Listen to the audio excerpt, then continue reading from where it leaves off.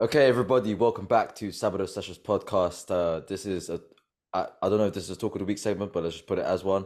But we have none other than Rondel Hunte back again to have a little conversation with us. We've got questions to fire at him, and he's got some shit to fire back to. So, bro, first and foremost, yeah, how you been? World of powerlifting. There's been a lot going on since we last spoke. So, yeah, let's begin with how you've been lately, training and everything else. Yeah, for sure. I definitely think that a lot has happened since our last podcast. Mm-hmm. And a lot of things which we spoke about were supposed to happen, and then I guess they kind of like played out how they did.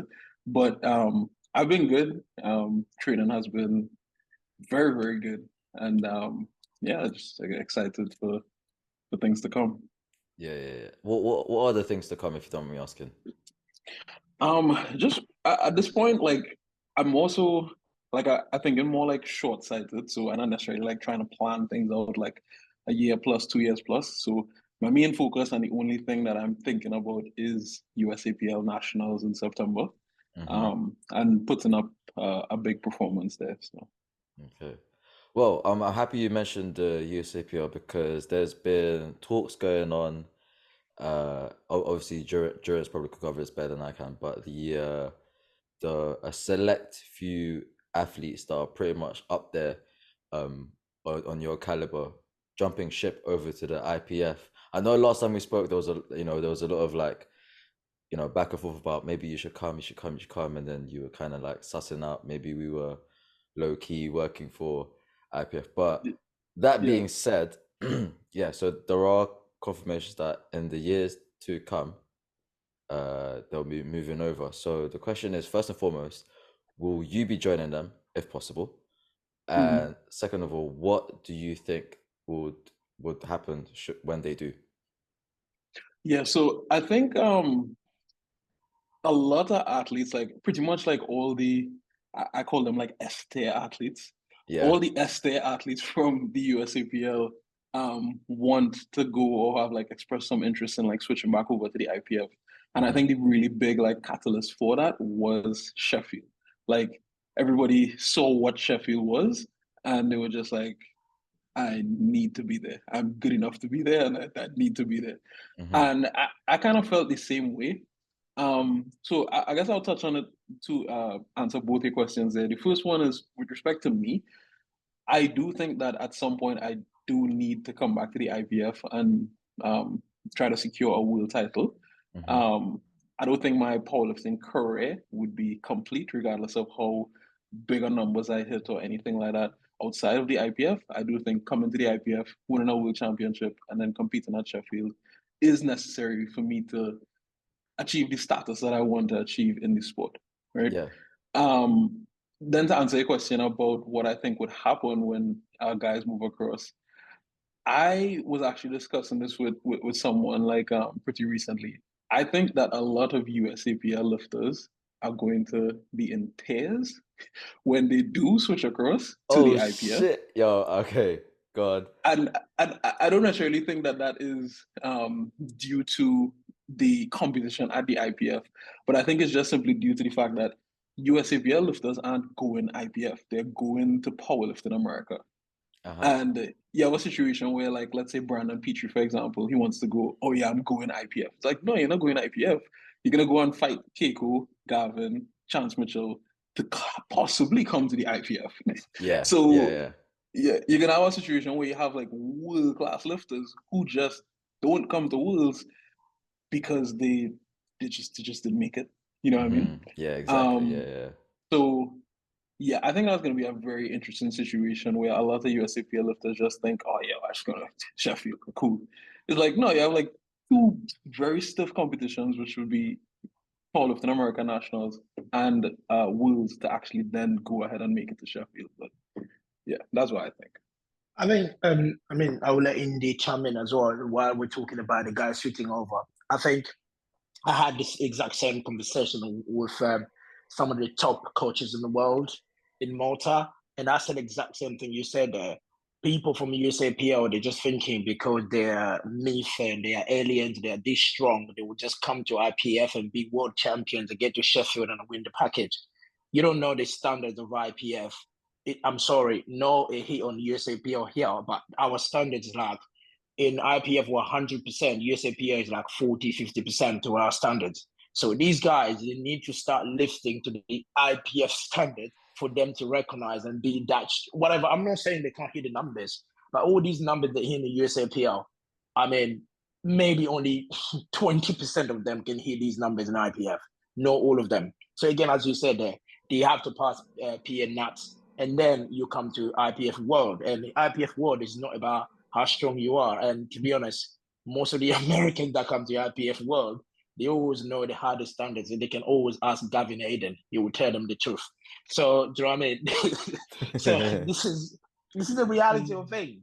So my question to you is, Rondel, last time we sat here with you, you mentioned about the competition, right? You're in the USAPL because, first of all, you wanted to compete after everything that happened with your Fed, and you just have wanted to compete. You end up there. At the same time, the competition that you needed was in the USAPL because you had Ken and Lee and the other guys as well. But now, everyone are moving across. Potentially, I mean, very close source to mine have told me that a lot of them will not be doing the nuts this year, the USAPL nuts, because if they do it, the timing for them to switch over will be too late. So some of them are not doing it. I think one of the rumors I came across, I don't know if it's true or not, they said Russ is not doing the nuts. So that's definitely tell us he's going to be PA nuts and should come to IPF. So my question to you is, when are you thinking to switch over? Is it because of that ban of yours that is restricting you to switch here to follow that competition of yours? Or maybe it's just commitment that you have with USAPL thinking, let me do the nuts this year and then we'll see in the future? Yeah, so I think it's a lot easier for some of the USAPL lifters because obviously lifters like Ashton, Bob, Petrie, for example, they don't have a ban to serve. It's just like they can just go ahead and switch because they weren't, I guess, part of the IPF, or they haven't done an IPF competition before, right? Yeah. For me, obviously, like I have that 12-month suspension from whatever last competition I did. And right now that is the Arnold, which was earlier this year in March. And then if I do USAPL Nationals, it's going to be extended by another 12 months, right? Right now, because my last two performances weren't necessarily up to the standard that I hold for myself, I hit like a 992.5 last year, and then earlier this year I hit like a 1002.5. And those were great performances, but to me, like I had like so much more. And obviously, I missed my last deadlift for both those competitions. And right now, I'm more so just focused on like putting up that like super meet before focusing on like where I'm actually lifting. Because it's like, to me, like I've done worlds before. I've traveled to competitions, and even now for USAPL, I still travel to competitions. Yeah. So for me, from my perspective, it's not necessarily like mega different. It's more so just about like actually doing this and putting up a performance that I'm proud of, and then saying, all right, cool, where do I want to compete? So yeah. Indy, you have anything to say? Because I got questions to fire real quick. Yeah, I got a question. It's sort of on point, and I'm gonna be the controversial prick here. I saw a lot of as usual. I saw a lot of statements going around, especially after the last Sheffield, with regards to lifters of a certain coach and other lifters of a certain coach having a dislike for each other, and this being one of the prime reasons people were going across, just to try and be like, no, you're not that special, and we're here as well. How true are those rumors? Is that potentially one of the reasons why people are looking to go across? Yeah, so because I want to be controversial, I know you're talking about like Joey Flex, and you're talking about Joey Flex and Marcellus, right? So Team Craftsmanship versus Team Flex. I think in the moment when all that was popping off, and then Marcellus obviously posted that like hit piece and like all of that, like I think there like emotions were very, very high. Like Mm. people would actually like beefing for real. Like that wasn't just one of like a or like a me versus Taylor type thing. That was Yeah, like an yeah, actual like I actually kind of hate these guys kind of thing. At least from me speaking to them, that's the vibe I got. Because I was always cool with both parties and I still am. Um, I don't think no, that's more so like a driving force, which is why like I am of the perspective that like I want to be more reserved with my like decision making of like, oh well yeah, well right after that I'm gonna switch to IPF.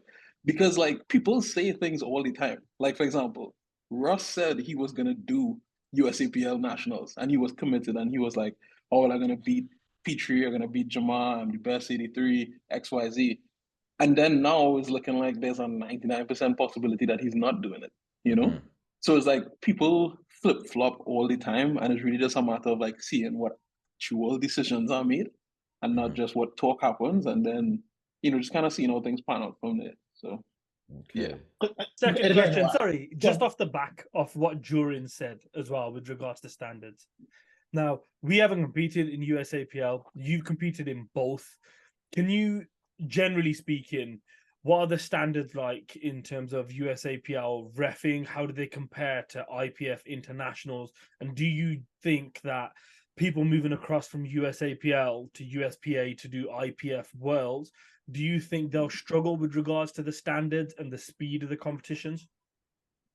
Yeah, so the speed of the competitions is a big one because in Worlds it's pretty much just like 2 hours, 2.5 hours, and your flight is done, right? Mm-hmm. Um, in the USAPL, your competition is going to be like a little bit longer, so maybe something closer to like 3, 4 hours. So you have a little bit wow. more rest time there.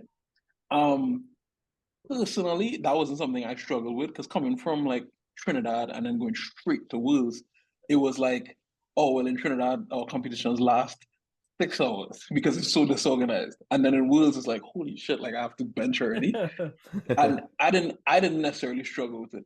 So it's like I can speak for me in saying that like the difference in the competition lengths and the difference in the judging isn't that difficult because if you look at like my lifting, for example, I don't have a That crazy is, high. Yeah, I don't have a crazy high arch. I deadlift conventional, and my squats are like it's just like a squat, right? I've So got I don't intended it, necessarily right? exactly as God intended it.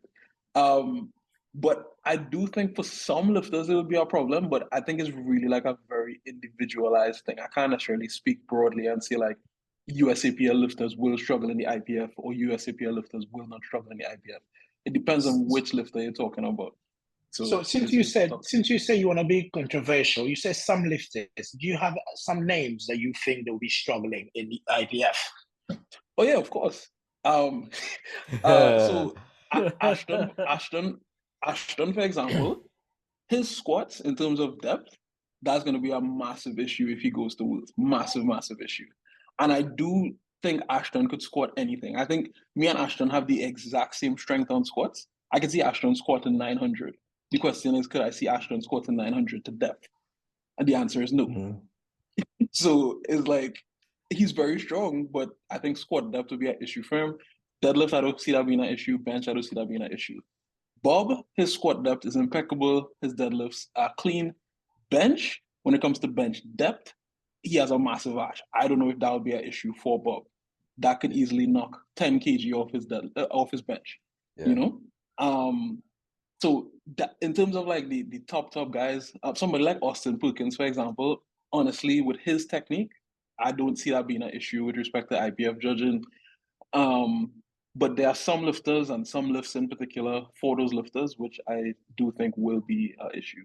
But yeah. What do you think about Jamal's squat in IPF? Because again, he's one of the biggest squats on the planet in terms of like, regardless what weight you are, when in 83 or whatever weight he walks around with, he's squatting 370 is monstrous. So what do you think his problem would be? Let's call it problem if he moved to IPF. Yeah.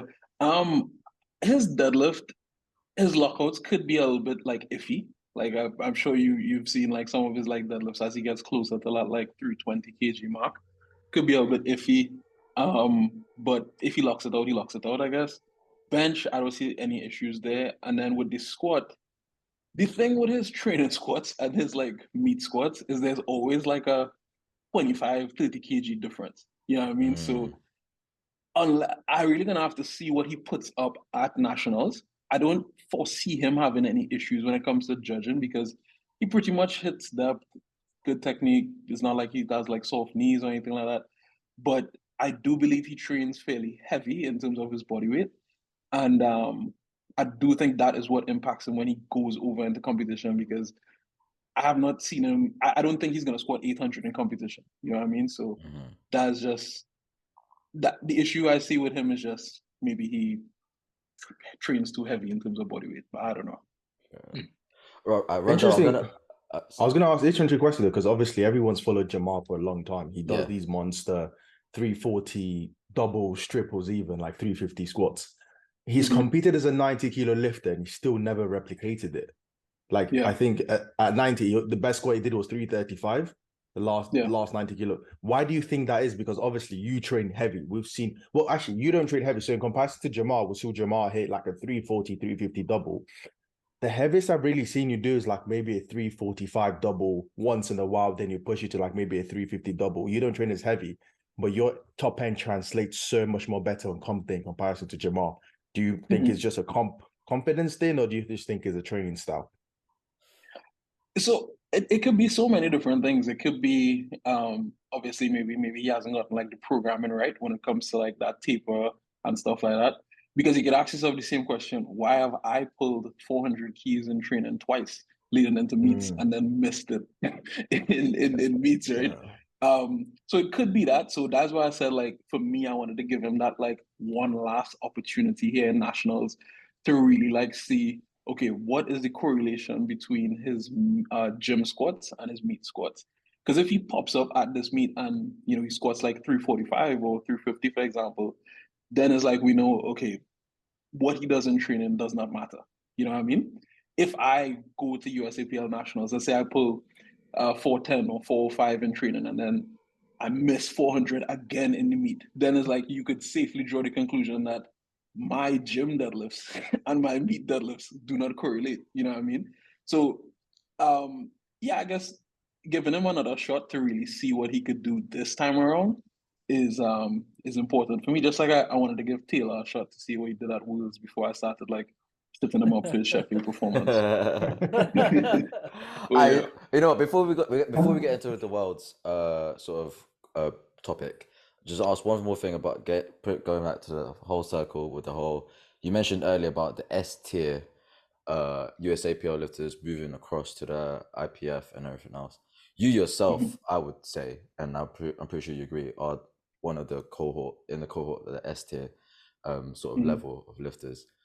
Would you feel as though you're missing out? Should the majority of them move? Like you go to USAPL and they're not there, and you're just there going, so it's just me and one or two others.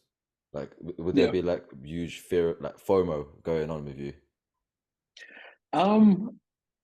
Yes, and that's why I said like I will switch. I just want that clarified. Not like, because earlier you were like, eventually, because I want to put it. I'm not gonna lie. Once he said I will switch, I saw a little soul living in this body.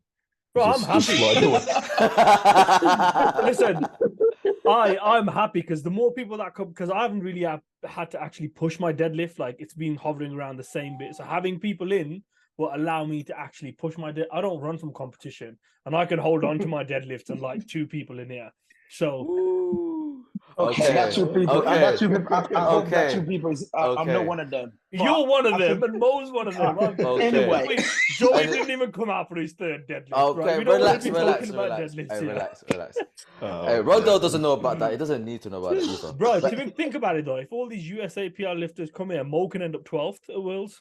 Instead of 6, 7. Wait, if I end up 12th at Worlds, where does paper end up? Whoa! Hey, no. You know what? Paper might be staying. You know what? To be fair, on topic, that means Mo's probably gonna go USAPL. Dude, it's like a transfer, bro. Tag in, tag out basketball. Mo's out. Rondell's out. But Done. what's going to happen Oh, to but then, Tony Cliff? He's not going to win. hey, You we'll don't know see. what's gonna happen. I mean, Yeah, because he already got this here. Yeah, he's won already. He's won if twice. Rondell switch, Tony Cliff is the one who's carrying Britain on his back. So who's going to carry the nation? Oh, Not no, you or Mo. bro. I know that much. Well, hey, we got Hey. Shaq, man. If Shaq will hold it down for us. Anyway, Yeah, talking Rondell. about- So go on, Joe. we're gonna push the topic to Worlds. Rondell, you mentioned a little something about when I asked you if you watched it, and you said something about the portions that you watched. No, he said, I quote, only the relevant classes. That's what he said.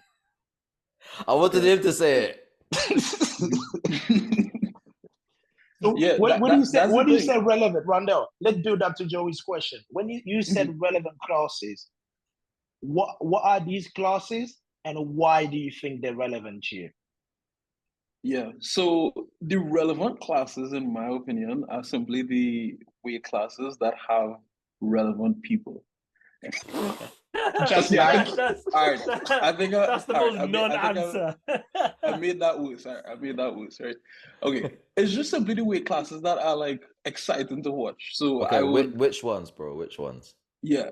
So I would classify that as 120 kg, 105s, 93. Pretty much every weight class, in my opinion, except maybe the 120 pluses, because it's just like I already know like what Jesus is gonna do. You know what I mean? So pretty much except the 120 pluses, the 59s, and to some extent the 66s. Like I know that probably hurtful, Joey. I'm sorry. I don't care, bro. don't worry, Joey Yeah. was not part of the pack, so it's fine. Yeah, maybe when I'm there, I'll be a little bit hurt, but until then. What about the women's classes, bro? My partner will take this personally. Believe me. Yeah, Panna will take it personally. Yeah. We'll send him the soundbite just so we can have them on. But yeah, what about the women's classes, bro? Which ones are relevant to you? Yeah, honestly, maybe just like the 76s up, so 76s, 84s, and 84 pluses. Everything else is just like they just lift too light for me to be like engaged. Like, and that's like respectfully, like, is like how could I watch like a 56 kg woman bench? That's tough for me. Like, I don't know, I can't. I'm with you though, because I don't watch anyone bench. We don't talk about bench. Yeah, now, but I hear what okay. you mean. Like before Sheffield, like genuinely before Sheffield, I never used to watch the lighter classes, and it's not a disrespectful thing. It's just a engagement thing. Yeah, and I think that's because we are like heavier guys, so it's like even though you're light and you're lifting heavy for your body weight, it's like you're still not lifting that heavy, you know? Okay. Let's get into the meat of it, yeah, shall we? Before we start dissing the lighter weight classes, I feel a bit outnumbered right now. That's why. Okay, well, so we're gonna get cancelled, bro. Rondell's We're never gonna get cancelled. We've had come on. We've done worse. We've said worse on this podcast. Okay, so Rondell, question is to you now. You know, we've had 3 gentlemen here that were actually competing at Worlds. You mentioned you followed a good portion of the ones that you found relevant and exciting. Top takes from what you watched, like any like sort of like unsurprising outcomes, surprising outcomes even. What was your view of it? I know it's happened a good month ago now? Yeah. Yeah. Yeah, last month. Yeah. Yeah. It was pretty exciting, I guess is the word, because there were so many weight classes where I guess interesting things had happened. The 74s was insane. I think that was like a upset to most people. 83s Were you upset? No, I was happy. Oh, with the 74 outcome. Yeah, that was the best. Bro, I watched that actually just like yesterday on repeat. He's just doing it in slow motion. Repeat. Yeah. Okay, yeah, got the 74s, the A3s. Yeah, the 83s were good. I was actually watching for Jones because like in my mind, like I was hoping that Jones would win because like I like respectfully, like I really don't like Delaney. He's really corny, like just as like a person. So yeah, I was hoping that Jones would win. Sorry, man. Unfortunately, yeah. Unfortunately, what happened happened. But 83s were like, all right. 93s, uh that was tough because like I do like Keiko, but usually the 93s are a little bit more like stiff when it comes down to like that last deadlift and everything like that. So it was a little bit like lackluster this year. 105s, I mean, I did want Mo to win, but at the Mo, same time, yeah, I wanted him to win, like, but win then at the what, same, bro? Nah, Wow. bro. Joey, Hello. put yourself to the side, bro. Let No, the man no, talk. no, but no, no. I just want to make sure we're on the same page because I don't know if he watched what I watched. I think he's on about Libyan Mo. Oh, right, okay. What's the one with the watermelon traps? The nattiest man on earth. Yeah, that one. bro, wait, okay, I wanted to ask this question. Well, I didn't want to ask this question, but since you guys Yeah. brought it up, do you guys think he's natural? Like, I feel like he's a very No sus comment. individual. Can I go first? Yeah, go. Yeah. If he's natural, I'll give my car away for free. Bro, have you gone on to go into the Olympic channel and just click the 105s, 120s, the video, go to the comment section. They've deleted some, but it was literally who the fuck is this guy? How the fuck is he natural? What the fuck is wrong with their drug testing again and again and again? That's all Yeah. and to the point where like Matt Gary and Co, they're very neutral guys. They're very like, standard guys. On their recap, they were like, we don't really want to talk about this guy until he can prove that he isn't talking at his ass, sort of thing. And I'm like, if people like at that standard are saying it, I'll play the devil advocate. The guy is African and I need to get his back. So I got his back. I think the guy is he's been popped before. He served his punishment and he learned from what? Yeah. Did you not know? Yeah. He's been. Do you know in the 83s there was that Jack's Chinese Taipei guy? He popped in Olympics not too long ago. Twice. And then the guy's been literally the guy has a lifetime ban in the Olympics. But he came to Malta. Sorry, in the weightlifting, but he came to Malta because I was sitting there in Rondel, right? I thought like, okay, I'm gonna be the biggest squatter, me, Edo, and then Delaney. And the next thing I sat there, I see this man going. I had like 302.5 squat. I'm thinking, okay, is that Edo, not Delaney. And I see this Chinaman coming out. I was like, what the fuck? Joey, what's going on here? What do you mean, Joey? What's going on here? I was in the stands.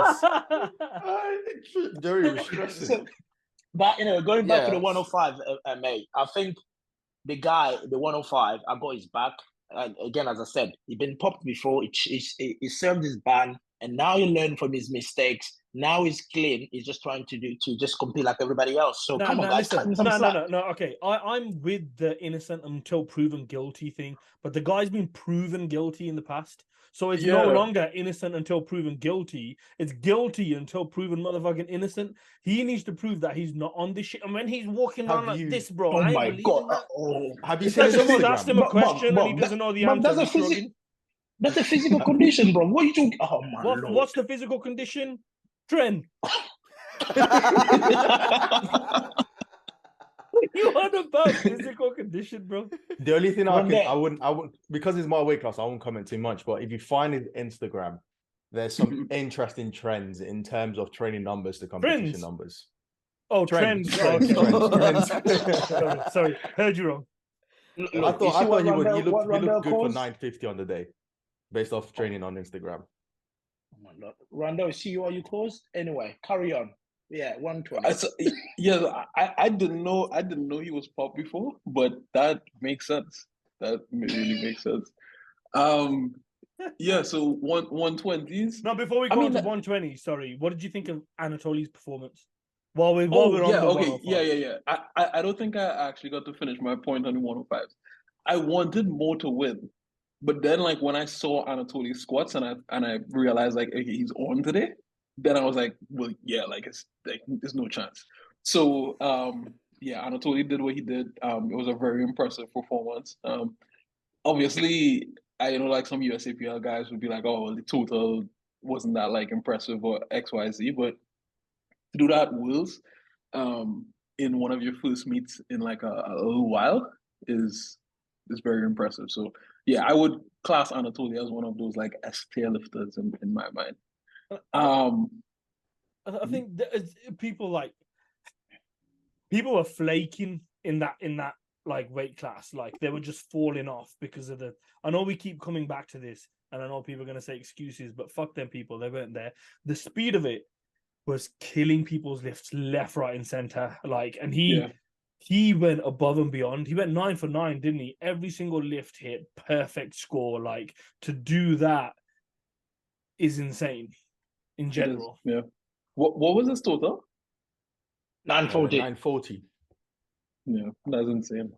Yeah, because I know the deadlifts, especially I forget what weight class it was, but just the speed of the like rounds they were talking about that. I think it was 120s actually. It was 120s because we had a guy drop out, so it went down to 7 people essentially on the deadlifts. So you were coming out every 5 minutes. Yeah, even less because less. they what do you call it? The 5 minutes was loaders. the max. I've never seen loaders being as fast as the Formula One guys. You know what I mean? They were faster than these Formula One grid guys. That's how fast they were. But anyway, Rondel, go for it. Yeah, so 105s Anatoly was massively impressive. Also Emil Norling, he had a decent performance as well. Yeah, that was pretty much it for 105s. And then with 120s, that was good. I did expect Tony to win, and obviously he did. I did not expect in these last deadlift to be that easy, and it was. So that was very impressive as well. And then there was this other guy, I forget, he had like a really big squat. What was Mohammed The Sahad. Algerian. Yeah, him. Yeah. Yeah. So overall it was pretty impressive and good. And then I didn't really watch the 120s. I think I just watched squats and now the 120 pluses, sorry. I just watched squats and that was it. So I think with the one talking about the 120, right? I think the surprise was what shocked me. It was that guy that scored the 375 or the Algerian. I mean, pretty much that's the current biggest 120 squatter in the world. And I don't think even if Rondel you move over, that would be hard for you. That would be hard for you to hit. But the guy, the way he hit this. I just want to say that won't be hard for me to hit, but go ahead. Shut up, Jurens. No, bro. I want to be controversial too. But anyway, the guy hit 375 in the IPF platform at World. Rondel hasn't done that yet. But anyway, moving on to that, what surprised me is the guy's deadlift. How on earth would you score 375 and your deadlift is that shit? I can explain that to you. I can tell you that much. It's the size of the guy. Like without sounding like a disrespectful prick, he's got too much stomach, which helps him on his squats, obviously, but is detrimental on your pulls. Like even for me, I'm not that fat, but if I start going above 124, my deadlift starts to stutter straight away because I'm not able to get in the position, especially as a conventional puller, to be comfortable at the bottom. He's never going to have a big deadlift because he's too, unless he loses weight, at which point he loses kgs off his squat and it becomes a pointless endeavor anyway. Yeah, that's a really good point because you notice that like every weight class below 120, everybody has bigger deadlifts than they do squats. And then 120 is kind of like the line where your body composition gets to the point where your squat could kind of take over your deadlift if you're not too careful. And then 120 pluses, most of them squat more than they deadlift, right? So it's really like a body composition thing. And 120 kg is like that line, depending on how tall you are. So yeah. Any other? He's not tall either. He's like maybe 5'9". Oh yeah, 5'10". sorry, that's true. Going off that guy though. No one probably knows this anyway, but we were at the back, right? And his whole coaching staff, he was lying down. His whole coaching staff were on his knee sleeves, pulling him up his legs. And then someone like all, which obviously you're not allowed to do. And then someone obviously went, don't know who it was, and told the referees. They came out, they're like, right, you have to pull it down and pull it up. So he pulled them down. He pulled them up to about, so let's say this is your knee joint. He pulled them up to just where the knee joint is, and they're like, yeah, carry on. The referee went away, and then his coaching staff pulled him up again. I was like, all right then, fine, whatever. That's funny. Just a little anecdote from the day that made me laugh. And then all of his staff were there, like fucking fanning the guy because he was dying, sat up on the stage. Good yeah, so Rondel, was there any other like deadlifts that pretty much made you feel impressed from the other weight classes other than the 120s? Nick Manders in the 83, his last pull was pretty impressive. What about Mo's first pull? Sorry. Mo's, I think it was your second, right? Yeah. You hit? Yeah, I hit my second and third, but it was trash, man. It was like 340, 350. That was it. Yeah. Sorry, Mo, you started it earlier, so yeah, I mean, after the first one, I thought you were gonna bomb though, so that was actually impressive. Yeah, a lot of people told me that already, so I'll take it. To be honest, Mo keeps cramping. Rondel, can you send him like a little care package of those salt things that you have to stop cramp? I will. You should try it though. You should try it. They're pretty good. Element. I did. They're expensive though. I tried. You know, you put them up, and I looked on Amazon, and I was like, nah, I ain't £17. Yeah, for like 3. Oh, guys, can you send me what the name of it, guys? I need it too. No comment. Come on, you need food. You need food. That's all you need. So, Rondel, the quick one. We're just going off the back of this now. What's your weight? How do you weigh in? What's your like protocol post weigh in? So for these two. Yeah. So my last couple of meets. Wait, what? It's because these two, I'll tell you after. Let us know, and I'll tell you why I'm asking this question. Okay, yeah. So my last couple of meets were like very, very different. So with the game day meet that I did last year, I was pretty heavy. I was maybe like 123. And I like cut down and I weighed in at like, I think it was 119.5. And then the meet after that, which was earlier this year, I was pretty light. So I think I was like walking around at 120 and I weighed in at like 118.5. So this upcoming meet, and right now I'm like 122. And the plan is to obviously cut down into like 120. In terms of like actual like water cut protocol, I don't really do too much. I just like cut water. I don't like water load or manipulate anything. I just cut water like maybe like 14, 16 hours out from like weans. And that usually like dehydrates me pretty well. And then in terms of like rehydration, I just gain a lot of carbs. So like simple sugars like honey, things like that. Obviously sodium. So I would have like a sodium pack and then like a Gatorade and then like a bunch of water. And then yeah, that's pretty much it. After that, like meet that I did last year where I ended up in the hospital trying to cut like 6-7 kg. The 110. Yeah, I've just not been interested in cutting anything more than like 3 kg. So I'm good.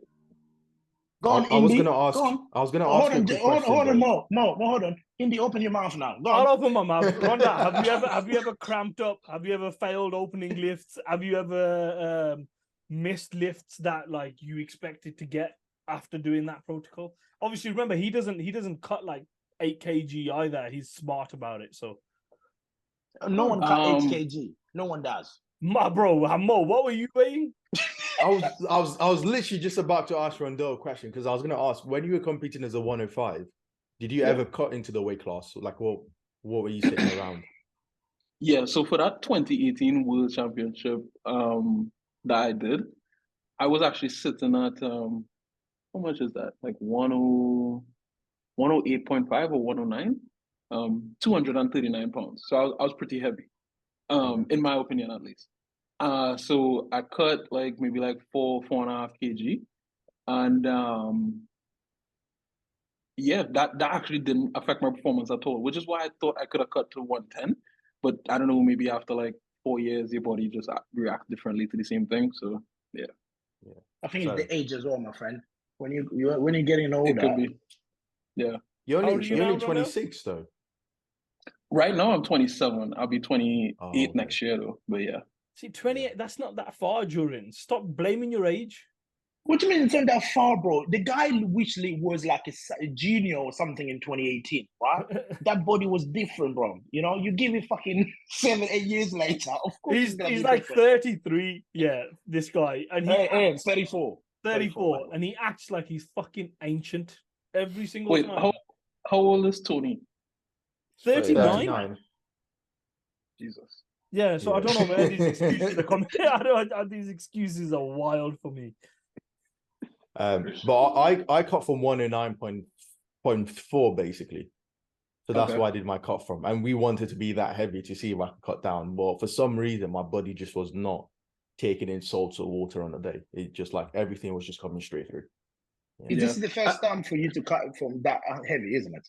No. So Euros, I did one. So the only difference was this time around, we did a water load and we did a spitting, same as Durin's. So I was 104.5 on the day easily. But compared to Euros, I did sauna. So I did sauna in the morning to lose all the weight. This time around, I did the whole water load to drop the weight. So my body doesn't seem to like water loading. Yeah, I honestly think that's one of the differences with me as well. Is like when I cut this most recent time and ended up in the hospital, I saunaed for like I water loaded like for real for like 4 or 5 days. And then Yeah. for Wills to cut that like 4 kg, I actually didn't water load, I just like saunaed. So Yeah. I think maybe there might be something there with that like whole water load thing. What time was the competition? The one where you ended up in hospital? It was early. I think I was supposed to start lifting at 10 a.m. So I waited at like 8. 8. Yeah. Oh, wow. I think So- this is my question. My question is like, you know, again, this is go back to probably what we spoke about earlier. The guys moving to IPF. What times are the comps in the USAPL normally? What time do they normally start? Because I know they have like 5 hours or 3 hours comp length. But what time do they normally start? Yeah. It varies. So for example, when I did the game day barbell meet last year, I competed at 3 p.m. And then most recently here in the Arnold, like I started lifting at 8 a.m. So yeah, it just really varies from meet to meet. So I guess even like what time does Will start usually? Like prime time? Bro, don't honestly. I started lifting at like 8 p.m. our time, 7 p.m. Well, no, later than that. The 105 started at 7 p.m. their time. Yeah. But my first lift was like 6:30-ish, I think. Something like that. Yeah. But I guess they try to like line it up so that everybody in the world could more or less like watch it, and it's not like you know. Well, I think the it's the explanation they gave was Eurosports Eurosport, as well. but we weren't live on Eurosport. TV. They only put like 3 weight classes live on TV. So like that excuse to me, or that reasoning to me, was like really confusing, because I was like, wait a second. I think on that end is I had a little bit of conversation with the IPF secretary guy. So what they said is when they want to pull weight class into Eurosport, they don't know what Eurosport's going to pick. So it means like all the elites, these like so-called A class, they put them in those time and they present that to Eurosport. Say, okay, these are our timing. Is Eurosport that actually pick which class they want to? Like 9 days out. Yeah. Which So weight classes? Which weight classes did they pick? This time around, I think they picked 120 plus. 93 is it? One- And the 70 120 plus 93, 76, 76, and, 84 and plus. 84. and 84 So they picked plus. 4. Yeah. Two Makes sessions. They did 2 sessions at Eurosport, but I think they're going to lean that way. So like, I think all IPF like international competitions going forward are going to be 8-man prime time, super fast, really late. Well, yeah, if they're European based, then yeah, definitely. That's why the next few worlds is in Europe. No, so. it's not even the European base. In South Africa, it was the exact same thing. Wait, They're just what? going to keep it. They're going to keep it like that constantly now. In South Africa, it was 8-man class. We end up being 7 in my weight class. And then in the evening, 7 p.m. Yeah, 7 p.m. It can go down to 6. If they start bringing it down to 6 people, I'm just there's gonna be like three out of 9 meets left. Yeah, right, but because the funny thing is like, if let's say 2 people bomb out or 1 injured, or even like 2 people injured or 2 people bomb out, that's it. You go down to 6, and there's nothing they can do. Rondel, how you feeling about this, bro? This could be what you could be ending up like facing in the very near future. I think the only problem is Rondel could win with his openers, though. That's the only problem, isn't it? So Indy don't have. Yeah, but think about it. Regardless of that, he's not going to be happy. Is the thing. So it's not. It's easy saying what you're going to do about it. You're going to win with your openers, but the guy needs to be happy about his performance. Well, he can take the squat world record, the deadlift world record. Both. Do you know what the squat world record is? It's so easy to throw numbers, you know. It's 378. Bro, all right. I didn't want to say this, but here's the thing, right? My squat training right now. All right, and I wasn't gonna say this. Like me and my coach really decided like we weren't gonna talk about this, but but this is the right place to say it. This is the right place to say it. You're surrounded by snitches, Rondel. I'm telling you now. All right, there is a strong possibility that I could squat 400 keys in nationals. Bullshit. Hell. But you got cool, yeah.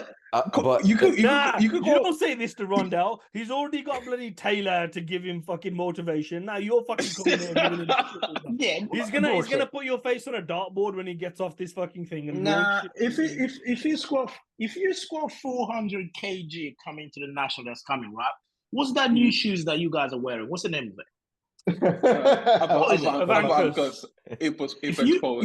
If you squat 400, Rondel, I'll buy a pair. You're gonna buy a pair anyway. Cool. I know you are. Shabindi, I'll buy a pair and I'm gonna start squatting. No, fuck that. Put your money where your mouth is. Yeah, show some fucking balls. If he squats 400, you got to do a bigger forfeit than that. Fucking buying a van because the amount of shit you're giving. Okay, fine. You wait. Let me explain the reasoning behind this wild claim. Right. In my meet last year, I did 370 for my final squat attempt. It was very easy, right? Very easy. In my meet earlier this year, I did the same thing. 370 for my last attempt, and it looked like it looked maybe just over what an opener should be, right? Just over. My squat, my best single leading into the meet, like my best single of prep was 350 leading into the Arnold. It was 350. I just did that for 3. Right? I just did that for 3. At the end of this training cycle, I just did 345 for 2 last week. At the end of this training cycle, I plan to double 370. If I double 370, I'm going to squat 400. Jeez. Okay. Do it and tag me when you do that. You know, if you score 370, I wouldn't need to tag you. I wouldn't need to tag you. This ain't 83 kg squats, bro. You mean 83 kg squat? Look, Jamal squatted 370 at 82.5. So you know what I mean. Some respect to the 83 man. Anyway, if you squat, I'm gonna quote Rondel here. Yeah, I'm gonna quote him directly. What does his open IPF say? I've not checked it. Because that's what it comes down to, and that's what matters is what you hit in comp. For sure. And I wish him luck. And I wish him luck. This ain't me having a go at the guy. Like his squat's incredible, but you got to do it in comp. Make way, do it in comp. So basically, what you're trying to say is the 370 double Rondel is planning to score don't mean shit unless he does the 400. He's already hit that. Well, that's the difference though we mentioned earlier, because like Jamal could do 370 in the gym, but then Rondel does 350 for his last heavy and Paul does 370 easy on the platform, while Jamal does 330, 320 for a last attempt. So I'm here to see the 400. We've had this conversation multiple times on this podcast, and we go around on circles. Like I respect the gym lifts. Congratulations to everyone doing gym lifts, but like until I see it on comp, it's a gym lift. For Yeah, sure. they don't Which mean is why I don't plan to squat 400 in the gym. I don't care to squat 400 in the gym. Exactly. I'll probably take 375, 380 for like that last single, and then yeah, I'll be good to go. But Rondel doesn't lift for the clout. So the rest of these people, they lift for the clout. So that's why they have to squat. Hey, I Who remember dropped names? that 9 plate on rack, bro. That was for the clout. That was for the clout for sure. You know, I tried that. I went to the gym. I got to 4 reds and I felt my biceps start to go. And I said, yeah, I'm not in the same league as these guys. What's your best double overhand deadlift? No hook grip, just double overhand. Because this will be interesting. Yeah. I think I've done 250 before, 551. But I haven't like really like tested that or max out. But honestly, probably not is not gonna be anything past 270 in my opinion. Indy, what's yours? This is what I want to test. I've hit 220 for 3 double overhand. But I've never like pushed I want to know what my double overhand is because it's like a fun grip thing to do, isn't it? Because like I found a lot of people are struggling with their grip at the moment. I've seen so many deadlifts go in because of grips. Like who? Just loads of people like that. I think just as an example, the 120 Victor Vasquez, his 340 looked so smooth. Went 347, moved really quick, and then just slipped out of his hand, and he was hook grip. And I've seen he's always had that problem since he was 105 in Euros. Actually, I think loads of people have like grip issues, and I constantly have people asking me, "Yo, why are you doing what are you doing grip wise?" And I'm just like, I lift without straps, bro. What do you want me to do? I think you should try that, Indy. Let's see how much. I'll try it next week. So next Saturday will be my heaviest deadlift until it restarts again. So I'll see. And you gotta tell me what you're doing, Rondel, beforehand, so I can try and beat it. I've done 230. I've done 230 before. You ain't done 230 before. I swear, and I held it. Bro, to be honest with you, my group is Jones like uses sand from the floor for chalk. Yeah. Okay, Rondel, we're gonna bring it back to what we were discussing before we started recording in the podcast, because I know Indy's been talking a lot about the food intake after weigh-in, sorry. But I wanna check you up on the food intake that we were just talking about prior to recording on the daily, right? So obviously Durance is out here. He's nutrition coached by Hedricks from Reformance, Abdul Majid as well. Indy eats like, I don't know, 28 meals a day, something like that. So, bro, let's bring us a bit of insight into what your approach is. Yeah, for sure. So what I basically do is like I just eat twice a day. So I wake up maybe like around like 7, 8 a.m. and then I don't eat until 11. Then I eat at 11. Then I go train, or if it's like a rest day, I don't go train. Then I have a protein shake maybe around like 5 p.m. And then I eat dinner at like 7 or 8 p.m. And then that's it. Yeah. Oh shit. What's your total calorie intake? On average? So yeah, it really depends. So it could be anywhere from like 2,800 to 3,500. Right now these days I've been closer to like that 3,500 mark. But yeah, it 2,800. Bro, that sounds like, I know this is gonna hurt you now. It sounds like Taylor Atwood's intake. That does. That sounds so low to me for 120. I think Taylor Atwood was like on what, like 2,200. Yeah, but he did a video where his intake was like 1,800. It was on his YouTube a little while ago, and I was just like, what? And then he said he got food poisoning from kebab at Britain before Sheffield, and I was like, that don't make sense, because if you're at 2,000 calories and you're having a kebab, that's your daily calories gone. Like it don't make no something didn't add up, 1 and 1 turned into 17 real quick. But that sounds really low as a 120. Is that what you've always done? It just depends on like what kind of like what's my goal at the time. Like if I'm trying to like cut, I could cut on 3,050 calories, but I have to get like 10 to 12,000 steps a day. So depending on what my like activity levels are like, I might just do 2,800 and not try to gain that many steps. But Yeah, it just really depends. But 2,800 is the lowest I'll go though. So that's the thing. So yeah. Do you work with a nutrition coach at all?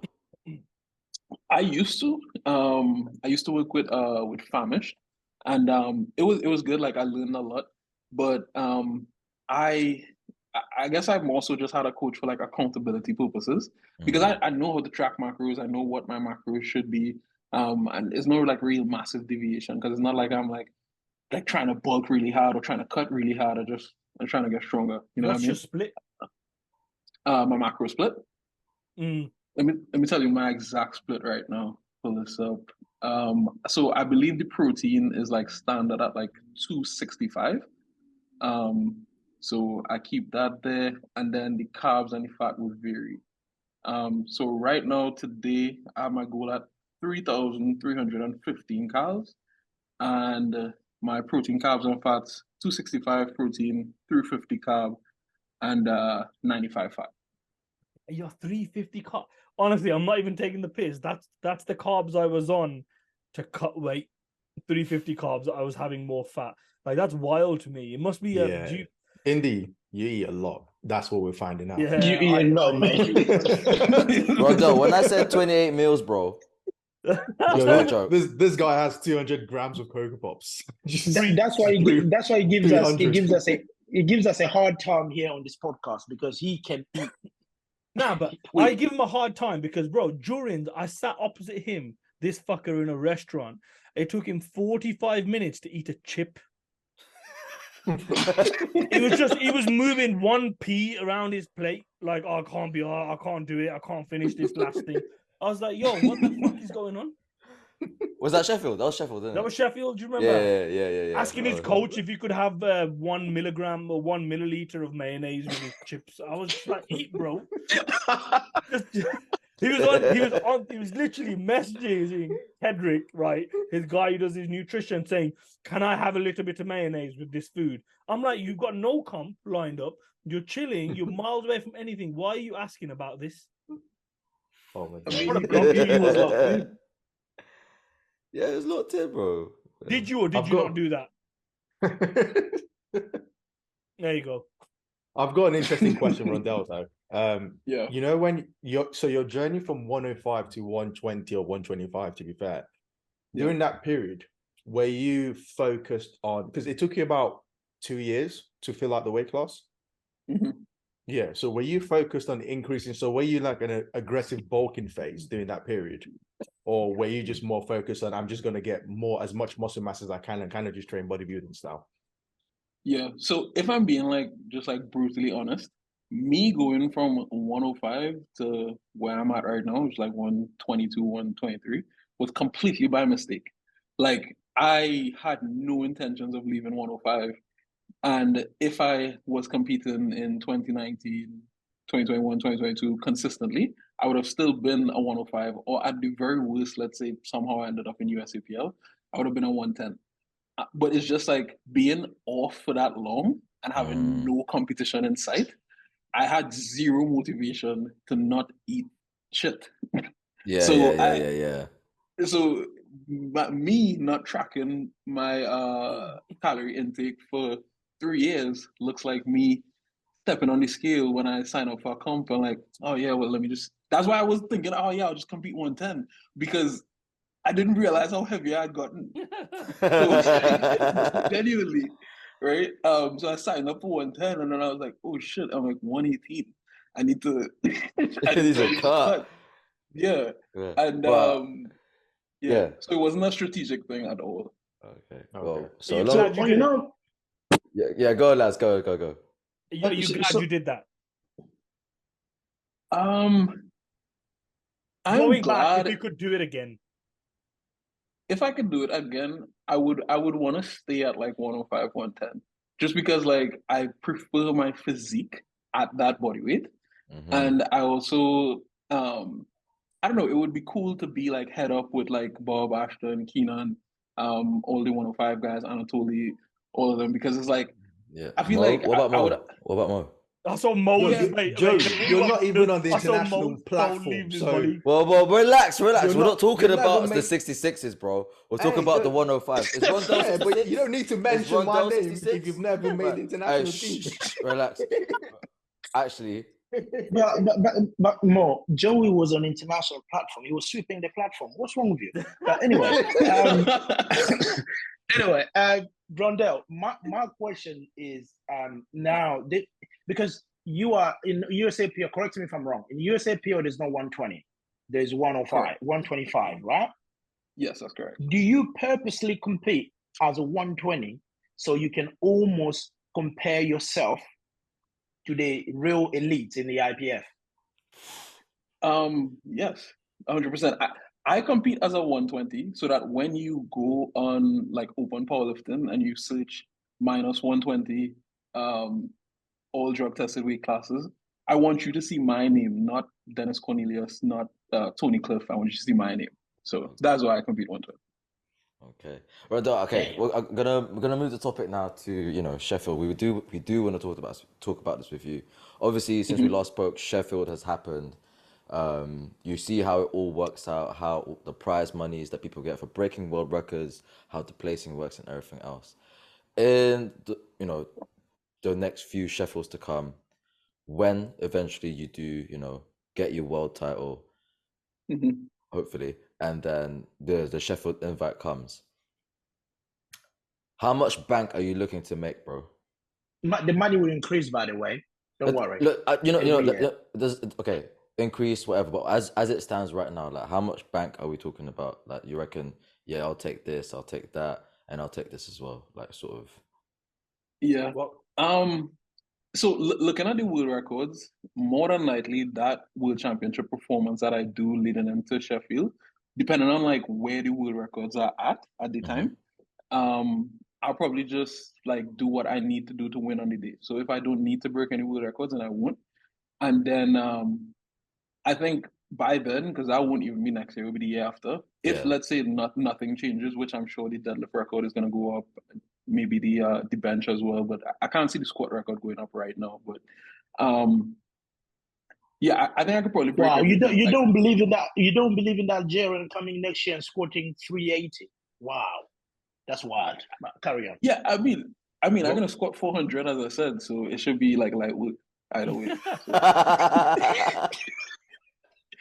Yeah, but yeah, so I think like right now, I think I could pretty much like break everything. But yeah, we'll see. So can you break the deadlifts as well? Yeah, that's what we're asking. Easily. Oh Okay. damn! Oh, So, right now. Yeah, yeah. Bro, we gotta see on the day. I don't know why you man are chiming up. I've seen your IPF Worlds performances. I ain't got nothing to say to you, boys. The only one here who can speak about a world's performance is Rondel. I ain't lie to you. What about the only meat Joey's seen is on his t-shirt. Mo couldn't put his open out and playing your entire fucking life on don't know what happened. So let's talk about something. Bro, you're talking about someone that came second here. So let's just stop there. Anyway, it's just me and Rondel that can talk about second. When was that Commonwealth? Never mind. Listen, last year. The deadlift record's a deadlift record. I'm gonna keep Rondel on his toes with the deadlift record. It's the only thing I can do. Yeah, I agree.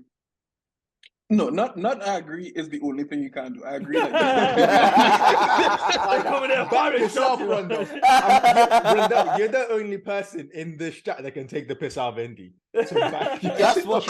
This is why I want. That's the only reason they brought you here. You know. That's Joey. I don't care. What I'll admit to that. Fuck it. Joey, we're bringing Rondel again next week, and after that, next week, I'm bringing it back to what does Open IPF say? Oh my god! But Rondel's not turning up on Open IPF though. It's just Open Powerlifting as of right now. Yeah, Open Powerlifting. You know. Yeah. But when he comes, the Open Powerlifting, you have got the biggest deadlifts in history. Wait, what? Indy, you have. In Indy, you have. Indy. Oh, in yeah. In 120. Yeah. As it stands, we got to make it. I got 2 years to lift that shit as far as I fucking physically can.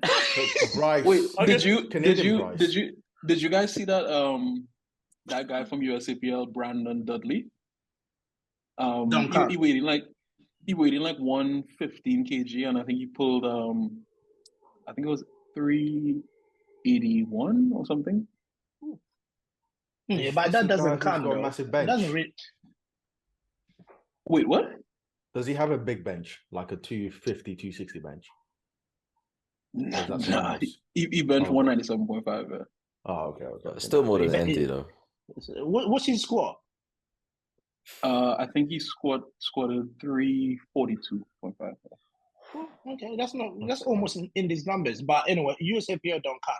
India has done the IPF world. So, you know what I mean? I mean, respecting he was only 114.5 kg though, so still pretty impressive. Yeah, it's pretty good. It's gonna get like, I'll just see it in 2 years' time though. It's not like people are gonna be static, and nor is Rondel. So I expect to see some records like being pushed and broken and taken further along. Because I know NAPF, I think, is North America powerlifting. They got a comp where Mike T and Bryce are lifting as well, and I see them having a little deadlift battle going on as well. Yeah, but the funny thing is, like, when we're talking about world records, right? I mean, I think this is probably a segue here. Rondel, what do you think? This is controversial. What do you think the weakest world record total in IPF is? The weakest world record total? Yeah. I don't want to put my foot in my mouth there. Definitely the 120s. So you think that 120 as a total, 978 is the weakest? Yeah, like all the individual lifts are really respectable. Like the individual lift records are great. But if you think about it, like if you add up all those individual lift records, you'd easily be over like 1,000 kg. Mm-hmm. So somebody should be like at least like 990 plus, right? Yeah. Yeah, So it's not normal to have all three, to be fair. It's not. I mean, that's where Rondel comes go on, Rondel. Say it, bro. Say it, Rondel. The reason I ask you that question is because some other podcasts, people are talking about what is the most dangerous, so basically the hardest world record total in the IPF, which is, personally, in my opinion, is always going to be the 59s. 59s, I think, is the hardest world record you can break. There's no way that's 678. Yeah, but that's just because the person that did it was probably on gear when they did it. Because Sergio was popped not too long after. Okay, let's not talk about drugs. But anyway, so that is the hardest one, I think. So, and then the weakest people, not me. This is not me. This is not coming from me at all. Coming from other experts, the people that know powerlifting better than me. They say the 74 world record total is the weakest in the IPF. Because how many people can smash that? Yeah, okay. Thinking about it, like I didn't think that in my mind. Like for some reason, I was thinking the 74 kg world record was like 820 or something like that. But it is the 830, the 838. The goats did that was not in world. He did that in America. Let's break this down, right? Why do people, like, for example, right? Like next time I hop on King and Lifts, I have to talk about like this with Six Pack. Why does he always say, "Oh yeah, Taylor is the GOAT, that 838.5 XYZ," and then proceed to discredit every other USAPL top performance? Like, bro, is he the GOAT or is he not the GOAT? You know what I mean? Like, because he did it at nationals, right? Like, holy shit, bro! Like that gets me. I think it's not. I think with Ryan, I mean, of course, respects to Ryan about what he does in King of the Lift, but I think Ryan is not about. Sometimes I feel like it's not about how much you're doing; it's about how close you are to him, right? Yeah, because I can perceive him that way because you can see some of the lifters, especially when it comes to the ladies, right? We were talking about Carlina here the whole year last year. We said if Carlina come to you and me 6R9, Jess and Agatha will not going to come close. She will win with 6R9. She will win with 7, and if she got 9R9, God knows what's going to happen. We spoke about the whole last year, but if you listen to Ryan, he was always, but she hasn't traveled though. Oh, but Jess has pulled this award though. But you know, there is Lee above one too. But hang on, Lee is not even 76. Do you know what I mean? So basically, like, what I'm trying to say is like, I love the guy. It's great what he does for powerlifting. We need to hear things like that, biased opinions like that. But when you come to certain things, don't just listen to everything. He's a journalist, so you're trying to sell a show. For sure. I've got an interesting question because we were talking about where the 120 world record currently stands and where obviously you are, like you're basically an anomaly outside that whole curve right now. A lot of people do think the 120 class is a hard class to grow into. So in terms of like acquiring the actual muscle mass you need without necessarily shooting up there straight away. When you have guys like, because Bob Matthews mentioned if he comes to the IPF, more likely he won't do 105, he'll go into the 120s, for example. What do you think the future of the 120 class looks like? Because as more lifters, we're getting 17-year-olds that are totaling 850, 860 as 105s. They're not going to be 105s in 5 years. 120 is where they're headed, right? Do you think that 120 class is going to slowly start to morph and you start seeing more guys totaling around 870, 890, reaching that 990, 980, reaching that 1,000 mark as time goes along? And if someone like Bob Matthew came to the 120, for example, and you found yourself in the IPF as a 120, what do you think that battle looks like between both of you? I do think maybe, as Indy was saying as well, like I think over the next few years, we should see like a rapid progression in some of the records, including the total for that like 120 kg class. Because I think right now is at like 978.5 from Dennis Cornelius. And he was like definitely like ahead of his time. But at the same time, he was like, I don't know any other weight class where a subtotal specialist like holds the record so dominantly for such a long period of time. You know what I mean? Like subtotal specialists usually are the ones who they maybe win here or there, but at the same time it's either a close battle or they just hold it for 1 year and they get like washed after that. And Dennis Cornelius was like a subtotal guy. I don't think he ever pulled over 800, right? So yeah, I do think we see like a pretty rapid progression in the 120 kg total world record. Between me and Bob, like we actually built pretty similarly in terms of like height and stuff like that. So I could see him easily totaling over 1,000 kg because I think he almost did that in training at basically 105 right now. So yeah, I could see him easily totaling over 1,000 kg with time in the 120 kg class. But I do think I am poised for like a pretty big meet as well. So yeah, I could easily see my total being 1080 next year, or somewhere around there. So yeah, it'll be good. It'll be good. So basically, go on, carry on. So I just wanted to harp on one extra question because you mentioned the 1,000 kilo total. Now you have Bob, you have Ashton, you have Keenan all claiming that for to win the 110s at USAPL, somebody needs to total over 1,000. That's the minimum. What do you think of that statement? Do you think it's a wash, or do you think they're actually going to get close or even total more than 1,000? Yeah. So I was actually talking to Bob about this, like personally DMing, and even Bob was like, with the way how competitions go, more than likely no one is going to hit 1,000. You know what I mean? Because it's like 1,000 is just like that headline number, but at the same time, it's like to put all that together on one day, not like a training day, variables that come into play with competition. Fortunately, none of them have to cut. But at the same time, yeah, Bob was saying he thinks more than likely somewhere around like 985 to maybe 995 would win it. And I agree with him. I'll be very surprised if any of them hit 1,000. But they could probably get close. Yeah. I mean, let me ask this, man. What's these guys' best ever? What's Bob best ever? 955. Ashen is 957. And Keenan is actually the one who's further ahead. I think Keenan's 960, I think. So Keenan is injured, right? He just came back. He just come back from injury. So women like that 1,000, forget about it.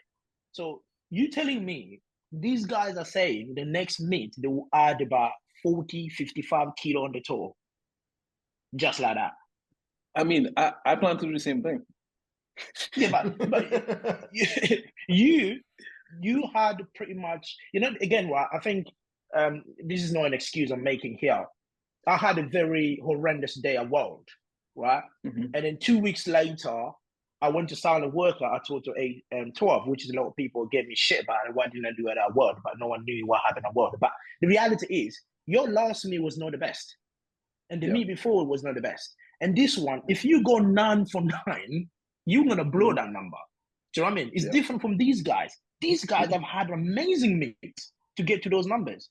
So for them to add 55, 45 kilos, what are they eating? Are they eating something that Indian Nai and Mo don't eat? Of course, probably. To be honest with you, I got it wrong. So Ashton's is 960.5. And when Ashton did that 960.5, he YOLO'd a 400 kg pull. So that's an extra 20 kilos he could have added to make that 980 potentially. Oh, right. So for Ashton, I can see Ashton doing 980, 990. Bob is just based off his rate of progression. Anything can happen. That's the honest truth. And the man's eating 5,000 calories and just forcing progression. Keenan is the unknown one where he's kind of burst onto the scene. The question is, can he put a 980, 990 total? That's where we don't know. And then this brings me back to Sheffield. We spoke about Sheffield, right? If these guys, you guys, if you do the USAPL NAT this September, it means even Bob and whatever, if they push, I think they will be pushed back, isn't it? They can't do the PA in Feb because it'll be like 6 months. They won't be pushed back because somebody like Russ would be, because he's done IPF before. Oh, right. But Bob and Ashton have never, so it's almost like if they're a new member coming to the federation, like a brand new member. That's so dumb. That rule's so confusing. It's incredibly dumb. Because if one's penalized, in my opinion, they all should be penalized, or no one should be penalized. It shouldn't be like pick and choose sort of thing. It's also like including coaches, referees, volunteers into that rule also makes no sense. Doesn't make any sense at all. Again, we go back to Sheffield. If we have Rondel, we have Bob, we have, of course, our legend, Tony Cliff, in the 120, and I'm going to add Indy as well. We have Indy, right? No, I'm just saying, right? Anything you're just pulling random shit out your ass. No, bro. Rondel can get diarrhea on the day, and then you pull more than him, and you win. So you never know.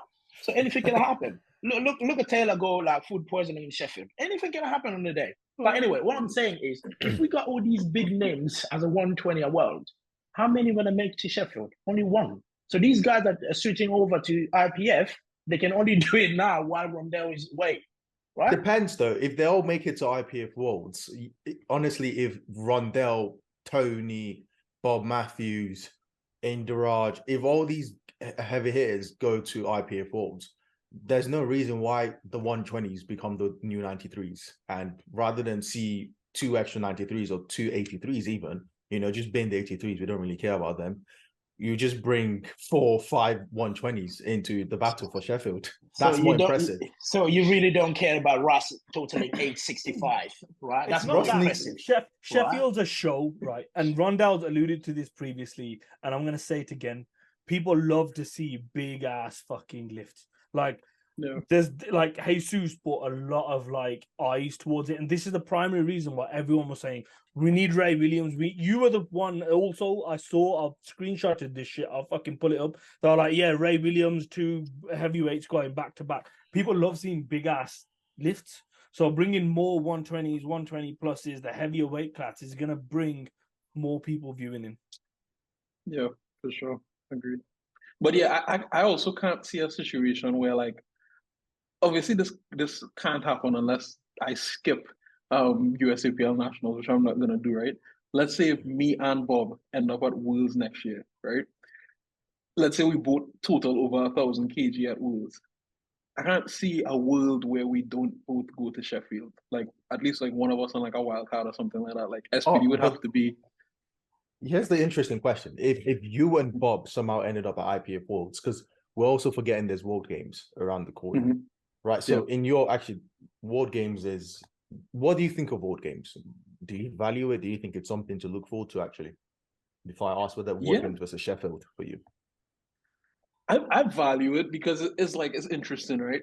When I did IPF Worlds in 2018, I got a lot of international recognition, but also got a lot of like local recognition, like here in Trinidad, where like I was like, oh, it's like World Championship, brought back gold for my Petroleum country, etc. muscle. Yeah. Yeah, exactly. But it's like being here in like competing in the USAPL is almost like if like I'm like an independent lifter. So it's like, yes, I'm from Trinidad, but I don't represent Trinidad. So I could go and total 1050 in September, and I'll come back and nothing would happen. Like nobody here in Trinidad would care. Everybody like in the powerlifting community would care, but nobody here in Trinidad would really care. So I guess that is why I value like IPF competition, Worlds, maybe to some extent Sheffield, and then like World Games even more so, because it's like that's where you could genuinely be like a hero for your country, you know what I mean? As opposed to just like a individual lifter type thing. Because that's pretty much separates the two, which is like night and day for anyone that's like a viewer of a USAPL and IPF, is that where you get to represent a nation, that's like such a badge of honor. Whereas, like you said, you're just like an independent lifter when you compete in a USAPL. Like, I mean, no matter like the prize money could improve, like Sheffield as well, obviously included. But when you represent a nation, bro, that's recognition far and beyond. Yeah. So what kind of accolade or stuff do you get in Trinidad when you represent your nation and that you did really well in 2018? Let's say if it happens again, you win world, or you end up Sheffield or World Games. What do you buying get? my house. That's not even a joke. Like there have been athletes from Trinidad who've gotten like houses, land. There are athletes who got like 150,000 US. The government like gives you shit. Just for Do you know why I said that? Do you know why I said that? Because it's the same in the Philippines. What's the Yo, to be honest with, what's the process of moving across to Trinidad as a citizen? They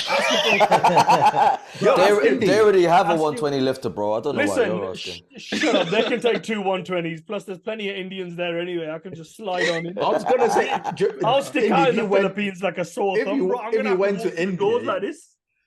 India's got like a massive like bodybuilding fetish right now. So if yeah, you that ain't me though. heavy... You get me? You don't know what you're looking at me for bodybuilding, bro. We're building totals, not bodies. Fuck building bodies.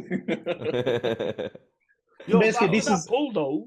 The amount of people from India that have like followed me since then has been fucking ridiculous. It's wild out there. They're just bots, bro. But anyways, Rondel. Yeah, so you get houses, 150K US. What else, bro? What? Do you get like a statue, like the Rocky one up the steps? Nah, it's not that. That's wild. That's. I mean, it depends. If you're like World Games could do that for real, because obviously like IPF Worlds is not like the Olympics or anything like that. But I guess the World Games is like close enough. But you do get like a lot of recognition. Like for example, we have like famous cricketers here, famous like sprinters who, like for example, the highway is named after a famous cricketer. We have stadiums named after guys, things like that. They have statues, all these different things. So it depends on like, I guess the level that you achieve. But what would you want? I don't know. What would I want? Do you want like another highway named after you? What? I mean, you could just give me the 150K. I'll be cool. I really need like. You don't want a Hunt Stadium, bro? What's going on? It's not that deep to me. Okay. I think I've asked this question to Ashton and I've asked them to Bob Matthew, the guys that are lifting in the USAPL. And again, I think we touched on in terms of the numbers, the performance has been incredible, right? Forget about what I said about maybe some of them not lifting to the standards, but the numbers they're putting together is just mind-boggling. It's amazing.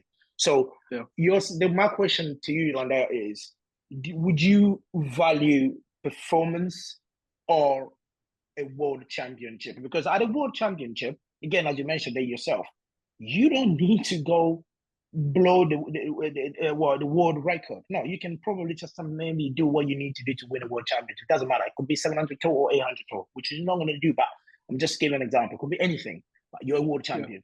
Do you value that more than you going to USAP or getting the production? I think you need both as a lifter, to be honest, because for me, like, yes, winning world titles and stuff like that is cool, but in the same way how, like, I think it was last year when Taylor went to Worlds, and I think he just like hit 790.5, and it wasn't like anything too crazy. To me, that's also like bullshit. It's kind of like unfulfilling type thing, because I don't know. Like, to me, it's also important to be stronger than everybody else, but at the same time, it is important to, you know. So I don't know. They're both very important in my mind, and for somebody to be like a legend in the sport, I guess they need both. They need those crazy performances with like incredibly high like coefficients or whatever, and then they also need the accolades of like, hey, I was X amount of times world champion and I won Sheffield and all these different things. So, but because the thing again goes down to what I always say. One day you retire, you have children. You're going to tell your children, oh yeah, I total 1,500 kilos or 1,100 or 1,200. They wouldn't really care about that. But if you say to your children, I'm 3 times world champion. Oh, my dad was a world champion 3 times. He beat other nations. Do you know what I mean? This is where I see the legacy. To me personally, I think a world championship have a much more bigger legacy than you blowing the water out with your toe. Yeah. To me, I guess that's a good point, depending on what you value. But I don't really care, like, for my kids to know how strong I was. Like, it's not that deep.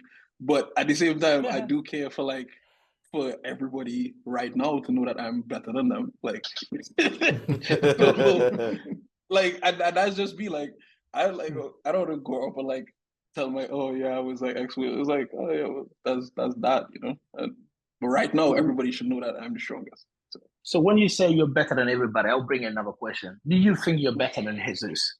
Because he's the strongest powerlifter on the planet at the moment after his Sheffield performance. Forget about his world performance, but after the Sheffield performance, that put him on the level we can probably say, respectfully say, he is the strongest powerlifter ever. Yeah. So do you think you're better than him? I do think that one of the most important things in this sport is that it is a sport where you need to show your value, as in you need to go out there and put up performances to back up what you say, right? So to answer your question directly, I do believe that I am better than him. I do believe that I have the potential to be the best lifter in the world, right? But based on my performances so far, I am nowhere near to Jesus and what he has done, like at Sheffield, that I think is 1152.5. Nah, I'm nowhere near to. I do believe that I am better and I could put a performance that would eclipse that, but as of right now, no, and I would fully understand why anybody would say that I'm not better than Jesus. So yeah. Jumping on that, sorry, we're sticking to the Jesus thing. Would you? I know you said you felt uncomfortable being any heavier. Would you ever think about going 120 plus? Has it ever crossed your mind? Would you like to? Obviously, let's say you smash the 120s, it's done, complete. You got the best GL points. Would you at that point think, you know what, I want it all? Because to add in there, if you did mention 180, so 1,080 kilograms total. Do you think you could hit with a 400 kilo squat? That matches Jesus on an average day. Jesus is not Sheffield smashing huge deadlifts. He's within shot with a 1080 at 120. Not to even talk about you being a little bit heavier. So yeah. So I mean, maybe I might compete as like a light. So maybe somewhere around like 125, and just compete 120 plus. Who knows? But to say that I think I could beat Jesus at 125 kg, I don't think I could, just because the squat would be the difference. I think I could get close on bench within 10 kilos, within 15 kilos. On deadlift, I do think that with time and with shifting the focus a little bit in my training, I could pull with him like tit for tat. But Yeah, that squat is just gonna be like, yeah. 50 kilo gap. But if you add weight on, that would slingshot your squat as well. Well, but it could also affect your deadlift. It could. So that's what I'm saying. Like, let me squat 400 first, and then let's talk again about this whole thing. Let me go do that real quick. Okay. So if the 120 plus isn't like something that really tempts you, would going back down to 105 ever? So that's actually what I was gonna say. Like, I would quicker go down to like 105 than go up to 120 plus. Honestly, I mightn't even go down to 105, like, because I don't know, like, I don't want to get weaker, you know. Like, I can't see my total shrink, and I would like hurt. That's why I said 120 plus, because like I know you'd love to go 105s, but like even though your GL points are going up, that total coming down hurts feelings. Like it just does. I don't give a fuck what anyone says. Like numbers are numbers, and numbers fucking matter. Like 1 kg is a kg, dropping a kg is a drop in a kg. I think you'd fucking hate it. Personally. Yeah, I would. Yeah. If there was a shift to a 110 class, though, would you be more tempted to do that drop? I would, but what I would do first is establish dominance in the 120s, and then maybe like for sure. I respect that. I mean, there's nothing wrong with establishing dominance 105s after establishing dominance in the 120s. But 105, you're saying establish dominance. You think it's just easy for Anatolys to be beaten? I don't care who you are. I don't care how much you're squatting. Come on. Rondel, how nice would it be to be Anatolys? Let's respect Anatolys. Come on. So I'm not saying it in disrespect, bro. I'm saying that Joran's just saying it in a disrespectful way. Yeah. Whenever Joran speak, I'm sat at the edge of my seat like, what's this guy gonna say now, bro? Here's my thing, right? Anatolys is cool, but I'm not impressed by Anatolys' numbers. When I was, bro, so I went to the World Championships. That's a soundbite right there. Yeah, it really is. It really is. I've been waiting, and I finally have something. Yeah, because when I went to the World Championships, right, I think I was 22 at the time, right? I totaled 883.5, and I missed my last deadlift, which I had hit the year before. And the only reason I missed it is because I took 3 months off from training because I didn't think I was going to do work, right? Mm-hmm. And I was like working for that like time period and stuff like that. I was not focused on training, right? And I totaled 883.5 at 22 years old. Mm-hmm. If I did not take that hiatus from like international competition and stuff like that, and I stayed at 105, I genuinely think I would have been like, not where I'm at right now in terms of numbers, but I think I would have been like 960, 965. I don't see why not. You know what I mean? So, yeah, like my total back then would even be like competitive now. So it's like, I don't know. Anyway, can you just, Rondel, can you clear this up for me? Because I was there in Canada when you were lifting in Calgary in 2018. Did your team forgot how much the world record squat senior was? Because you guys just missed it, but I think it was about 0.5 kilo or something like that. And everyone was like, what the fuck this kid did? Yeah. So, yes, we did.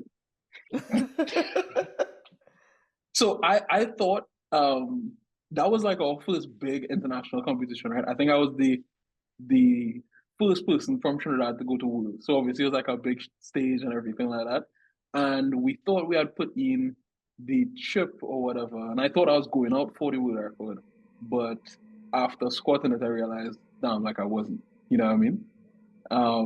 So yeah, it was tough, but yeah, it's not that deep. Like somebody would have beaten that already. So it's not like it matters that much. Okay. Well, bro, I appreciate you for that soundbite. I'm still trying to play it in my head.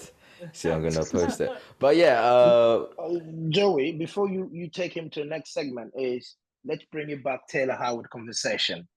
You know what? I was gonna go have a piss, but I think I'll wait.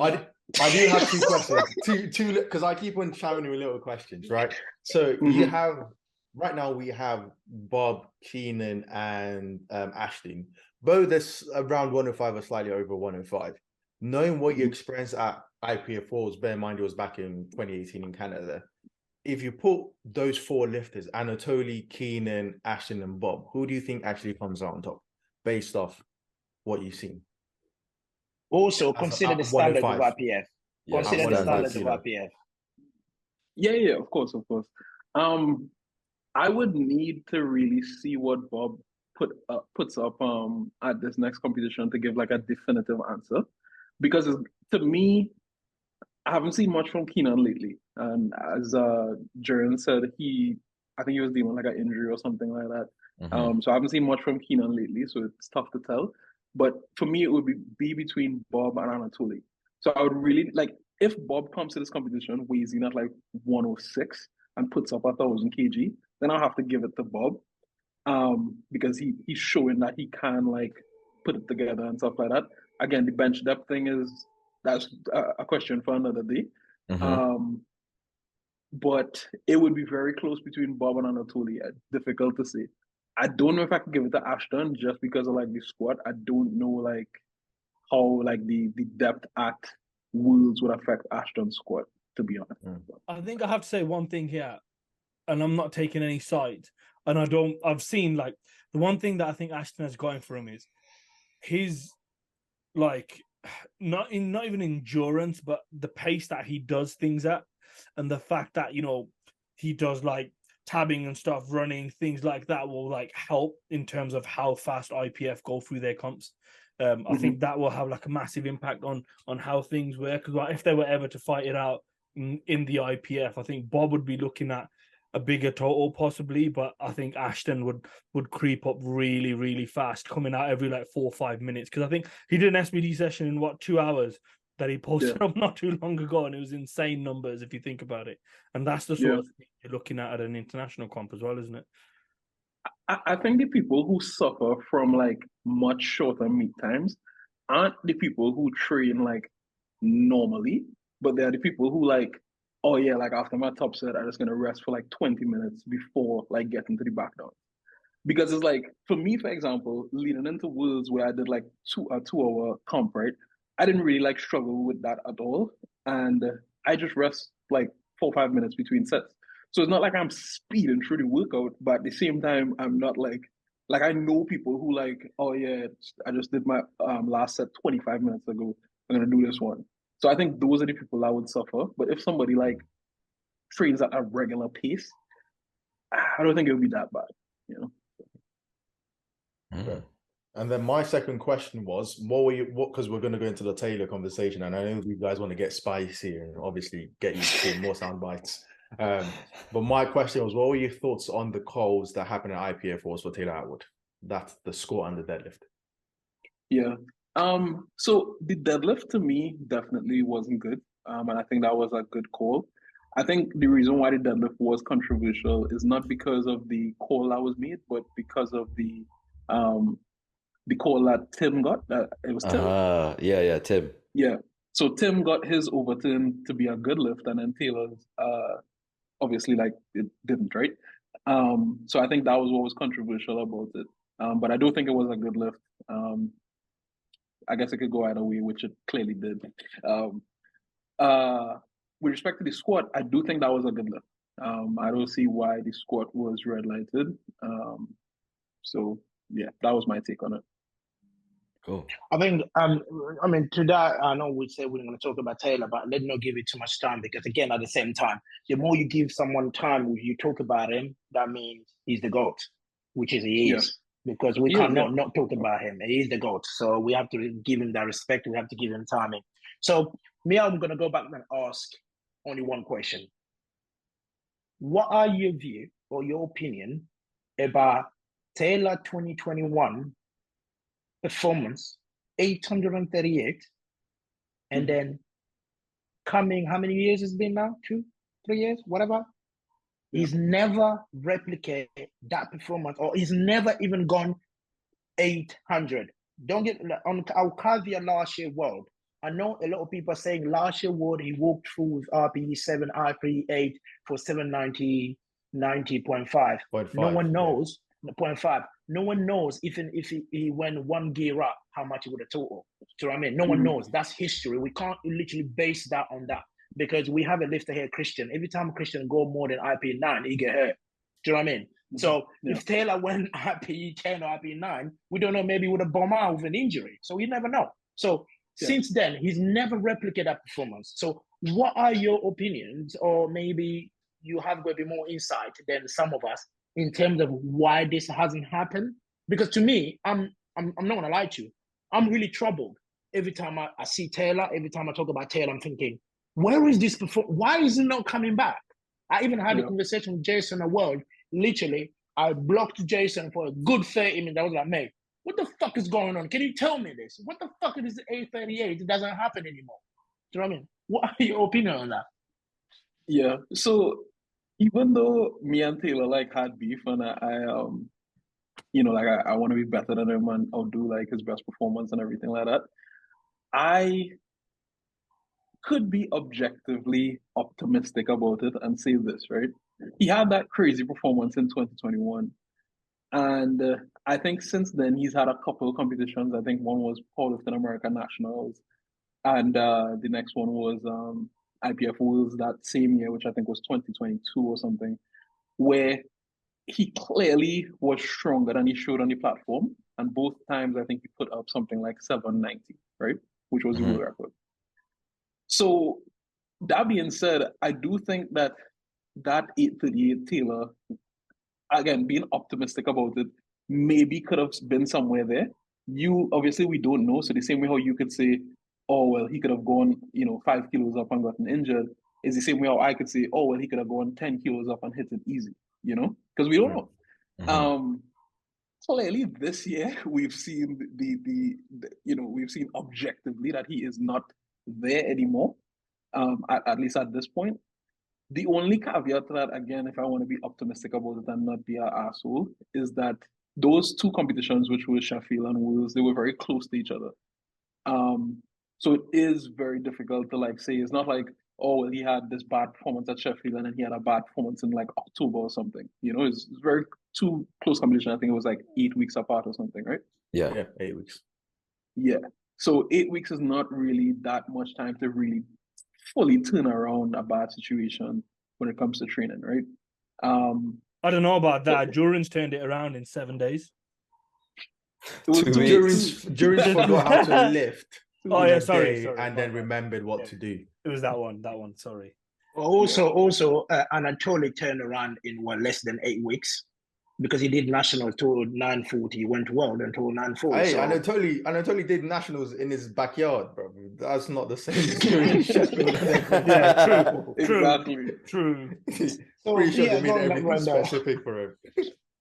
Yeah, so I still, again, and I guess I've been saying this for like a lot of different lifters, I would still want to give Taylor like some more time to really, really see like where he's at. Like, if he has, like, let's say next year he does Powerlifting America Nationals, and let's say Austin Perkins switches over and Perkins like destroys him, then at that point we could definitively say Taylor is done, right? Some people are calling it early, like Nick Mandos, for example. He just straight up said Taylor is washed, and I wouldn't go that far. Again, I don't like Taylor as much as the other guy, right? But at the same time, I want to be as objective as possible and say that Taylor is clearly a great lifter. He's one of the best, if not the best. So I do think one more competition would really let us know where he's at this point in his career. So yeah. So do you believe, like, I think this is what I've been saying to lifters. Sometimes, as yourself, you said you want to be at the top, right? You want to be the best power lifter of all time, be stronger than everybody else. But there will be time where Rondel Hunte is not going to be able to hit these numbers again. Indy won't be able to pull 380 again. And more is showing us that the 375 he pulled is going down already. So let's calm down. This thing touch my top end.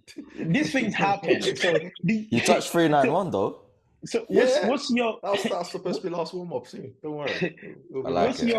What's your say on how difficult for people to accept the fact that my best days are behind me?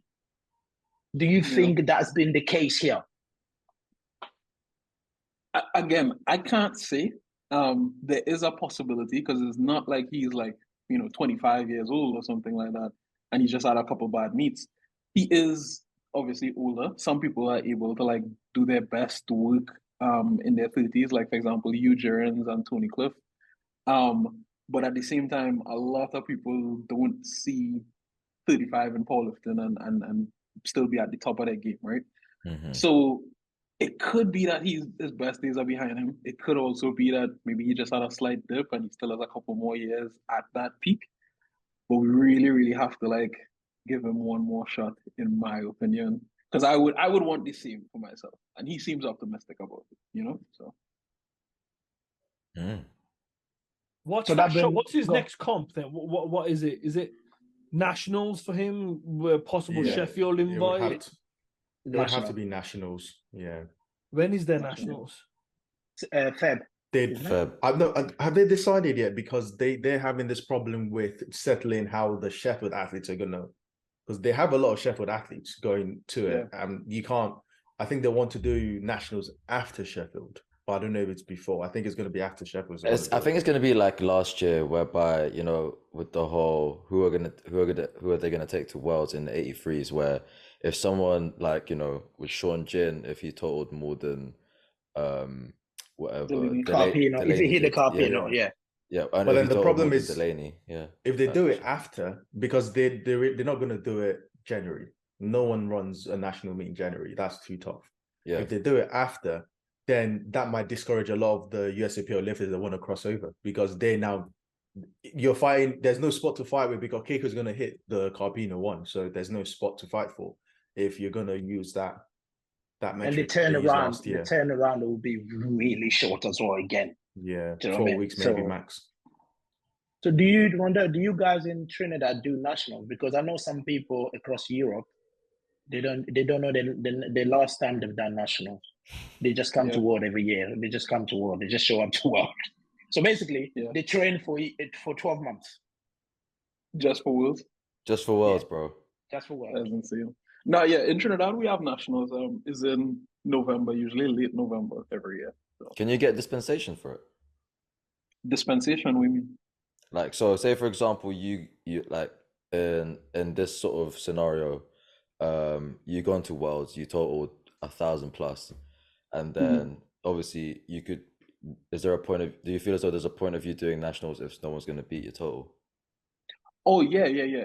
I think the way how they did it in the past, because between 2017 when I did Pan Am and I totaled 865.5, I think it was, and then with of 2018, I didn't do nationals that year. So they do that, like depending on like how high your total is and stuff like that. So yeah.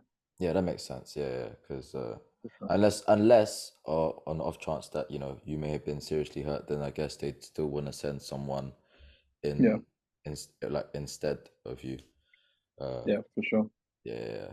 But wow. So what are your goals for? I know your next meet is September, so I know you said you really don't want to talk about much stuff, but you already say you want to score 400. So I need to start saving for those shoes. What are your goals for this meet coming up? Yeah.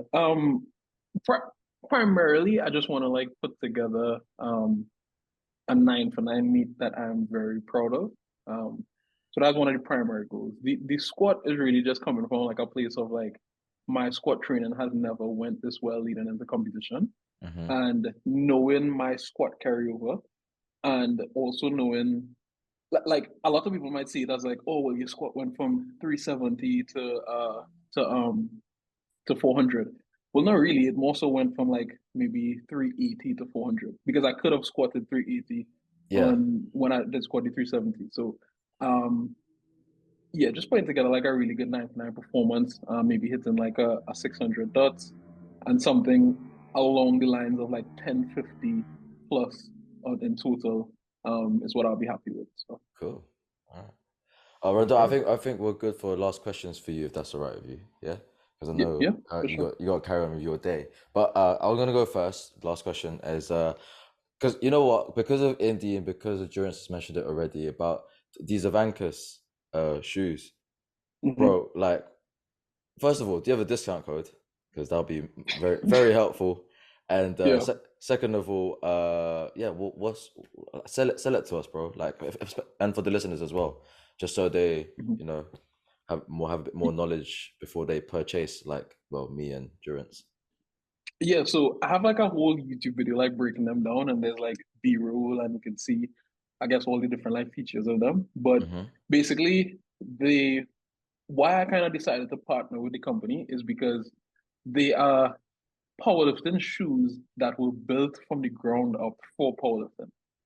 So, for example, things like Vivos, even like different squat shoes, Notorious lifts, all these different like brands, they weren't necessarily built for powerlifting. Like Vivos, for example, are like lifestyle outdoor shoes, right? And a lot of the squat shoes are like for Olympic weightlifting and stuff like that. So these shoes were designed to be very grippy, have a wide toe box, and be very spacious. Be also supportive in terms of like lateral support for guys who do sumo, and different things like that. So that's what I like about the shoes. And when you wear them, you really feel like, wow, this is a good all-around shoes. I will say, like, just being as objective as possible, there are probably better shoes for like just like straight up like maybe like bench. There are probably better shoes, but those shoes that are better for bench aren't better for squat and deadlift. So in terms of like a well all-around shoe, I would say is the best that I've used, and I've used a lot of different shoes. And my discount code is RUN. But they could go check out that video on my YouTube channel. It's actually my most viewed video, and I don't know why. I mean, Welcome to we're YouTube, talking about bro. it now. It's a Yeah, mess. we're talking about it now. For sure. One last thing though, in terms of like fits, because you said it's got like a wider toe box. Would you say that disrupts the whole true to fit measurement, or is it still very much like if this is your measurement, this is your measurement? Because you know, like I've had to return and like all the different ones from Notorious lifts and other shoe brands out there, no matter even how well I measured my feet and everything else. So in terms of the fit, they're definitely true to fit. So I actually like, because of the whole like wide toe box thing, I actually like sized down initially, from like my Vivos, and then I had to like go back and like get the exact same size. So the same size that I wear in most of my other shoes, Jordans, Vivos, mostly any other Vans, any other shoes that I've worn, is the exact same size that I wear in these. I use them without the insoles in, and they fit amazingly for me. So, one last question from me is, what do you think of people that squat in Jordans? I mean, if you go back and like watch my like old like IPF videos, you'd see that I was like lifting in like Vans, just like straight up Vans with the insole in them, tech shit. So I can't necessarily like criticize anybody for their shoe choices. I'm not in that position to do so. Okay, cool. Well, that's it for me. Would you ever lift with glasses or sunglasses on? How about a ski mask? Would you put a ski mask on? And sideways as well. So yeah. I mean, it depends on how much you pay me. Okay. Yeah. Less than what your government's going to pay you to win Wales, I'll tell you that much. Probably. Well, yeah. My other question, I mean, for me, I have pretty much two questions here, Rondel. The first one is your sponsors. Can you just tell us and our listeners who are your sponsors? Because some people are a little bit confused when it comes to Rondel Hunte. They don't know whether it's SPD, whether it's whoever is behind Rondel. And when Sheffield happened, did you have any conversation with SPD in terms of you switching over or being part of it, or those conversations never happened with Pete Spence because he's such an amazing guy? I'm sure he's probably reached out. So yeah. Yeah, so this is actually something that happened between the last podcast we did and this one, that I guess we didn't even like touch on here. So to answer the first question, I am sponsored by two companies. That is SPD, t-shirt I'm wearing, and then Avancos. SPD sponsorship, that actually came about like, I think it was like after Sheffield or something like that. But in terms of what happened between the last podcast and this one, is when I was on the last podcast, I was already in talks with SBD, and they were like, "Yo, we are offering you the spot at Sheffield, like guaranteed, once you are able to like get back into the IPF." Because I qualified, because I had already did thing, and I couldn't tell anybody. I really wanted to tell you guys, like, yo, I'm probably gonna I'm probably gonna be at Sheffield, because I thought I was going to be. And then like everything played out the way it did. Yeah. Damn. Okay. So because you've never been popped before as well, so I mean you had your total, so you couldn't come to Sheffield. So yeah. So yeah. Never been popped is wild. That's a wild statement. You're just waiting for me to be popped. I mean, I'm telling you, when that 400, that'll be insane. You know, when that 400 squat happened at the national, right? Everyone will be like, "How many times this guy's been tested? Can we be there when the test is happening?" Hey, anyway. To be honest with you, Rondel's out totaling people 15 years old that have still been lifting for like 10 years now. So yeah, exactly. 15-year-old Rondel was a beast. So my last question is potentially not really controversial, but this is got to do with what happened between IPF and Trinidad and yourself. A lot of people have got their own theory around that, right? So I know in the last podcast you touched on it, in the last podcast, but in the last podcast when you touched on it, we had the assumption that you're coming back to the IPF and potentially you'll be in the IPF this year, right? Yeah. And that never happened.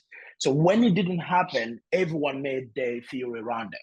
You know, some people spoke about, Rondel Hunte has a big mouth, that's why he's been banned, right? Some people say like Rondel had a fallout with his federation, and some people say like, oh yeah, the IPF don't like Rondel Hunte because he's so strong, and then he's gonna make powerlifting all about himself. But what's the real story here coming from yourself, the one that went through it? I feel like with that question, you just started like another podcast.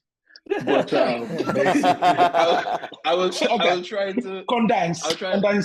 Yeah. I'm trying to condense this. So basically, I didn't have any intentions of going back to the IPF when I got the invite from SBD to Sheffield, right? The reason why I didn't have any intentions is because I was trying to go back to the IPF all these years, and I was unable to. So I was just like at the point where I just wanted to lift, you know what I mean? So if that meant USAPL, then cool, so be it. So I was kind of done with the headache of all of that, because trust me, we have done a lot to try and get me back to the IPF, because you can imagine, like, after that performance in 2018, how badly I wanted to go to the open division of the 105s in 2019 and like, you know, like win an open title, right? We did things like I literally spoke directly to the Prime Minister of Trinidad and Tobago. I spoke with the Minister of Sport. We spoke to the president of the TTOC, which is the Trinidad and Tobago Olympic Committee. All these different things to like try and think. I spoke directly with Gaston. I spoke directly with Robert Keller, just to try and get back to Worlds, and it just wasn't to be. Basically, the reason why it wasn't to be is this: Trinidad has had like infighting between two like executive committees, right? So we had like an election, and the election was disputed, and it was just like a shit show where like nobody knew who exactly was in power here in Trinidad, like who was the exact executive committee, and that was going on in court. Like it was actually like a legal matter in court. You could Google it and you could find the court documents talking about it. You could find an affidavit from me in court, everything like that, right? And that was going on for the past X amount of years. This is the wild part, right? I did the game day barbell meet in July of last year, 2022. 2 weeks after that meet, I did a non-IPF sanctioned meet finally after 4 years. 2 weeks after that meet, it was announced by Robert Keller. He sent official email correspondence that everything was sorted out and now Trinidad is good to go. And I'm just sitting here like, you fucking serious? Like, you know what I mean? Like, you can imagine how I felt, because it's like bro, like I just did this meet, you know what I mean? Like, so in my mind, when I got the invite from SBD, I was like, okay, this should be no problem because we're dealing with reasonable adults here. And they should be able to understand that after 3 years of trying to get back into the IPF and being unable to do so, I decided to do a meet. And unfortunately, 2 weeks after this meet, what happened happened. I believe that they would understand that. They didn't understand it, and they said the rules are the rules. And I thought I was going to Sheffield, and then I think it was literally like a week before I was supposed to like let SBD know for sure what was going on. I was told that I cannot go because I'm suspended for 12 months from the date of that competition last year, July. And that was that. So that was the condensed version of that story. So just a follow up on that, and then my last one, I promise. So when you were told that you can't do this, was it from the Trinidad Federation or from SPD and IPF? Because SPD had to get all the lifters approved by IPF before Sheffield. That's why some of the big names that we mentioned, they didn't turn up because IPF rejected those names, right? So if you go an invite from SPD, that means you was already approved by IPF, no? No. So the invite wasn't like a definitive invite. It was like a, yo, you are one of the guys we are looking to invite for sure, but we know the situation with you and your federation, so we just need to make sure that is cleared up before we could like officially give you the invite and then go and announce it on Instagram and all that. So I wasn't like officially invited and like put on the nomination list. I was just like, yo, we want to invite you, but let's clear this up first. All right. Okay. Yeah. I mean, that was my question, mate. Thanks. That cleared it up for me, because again, a lot of people on social media, especially in the powerlifting world, they have their own theory why Rondel never turned up. Do you know what I mean? Yeah. So people sometimes think like, oh, yeah, Rondel ego is too big for himself. That's why he didn't turn up. Anyway, but the reality is, you're such a cool. Look at the way you're talking. The only person you hate here is only Taylor. You don't hate many people. So do you know what I mean? Anyway. Bro, I was the only one here that defended Taylor. I said we need to give him one more shot. So I actually don't hate him. So I'm on the same. We need to give Taylor one more shot, man. He's got a lot going on in life right now. I've got 2 questions, Rondel. First one is actually I'm very interested in, because I remember there was a time you took roughly about 4 to 6 weeks off squats.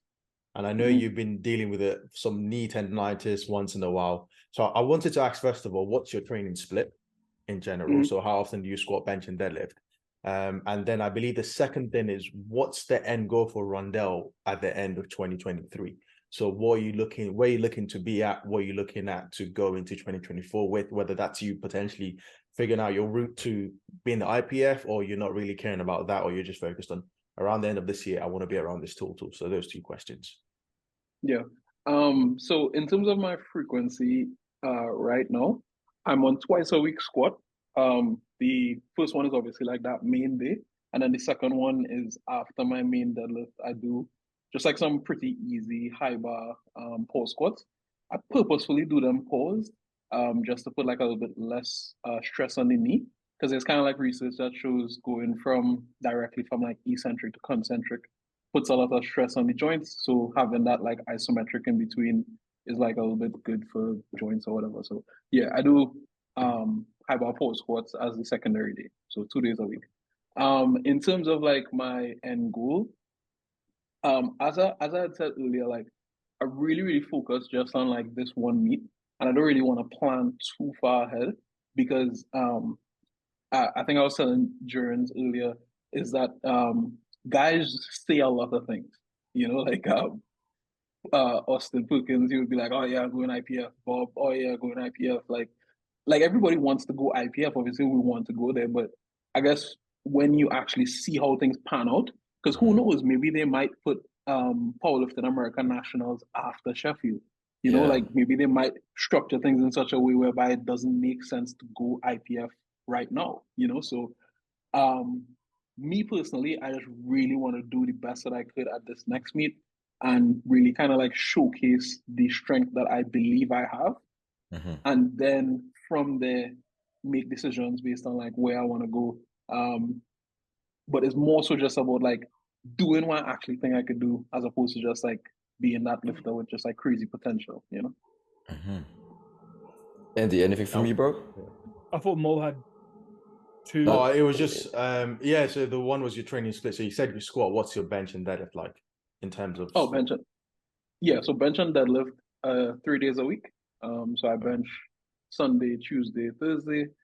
2 of those days are like heavy. One day I do like a heavy top set. The other day I have like a moderate single. And then deadlift. Right now, I wouldn't necessarily say like I'm pushing deadlift. Deadlift is more so just like I just really want to deadlift 400 in comp. So I don't necessarily like going berserk with deadlift. Squat is more so getting the like the real work.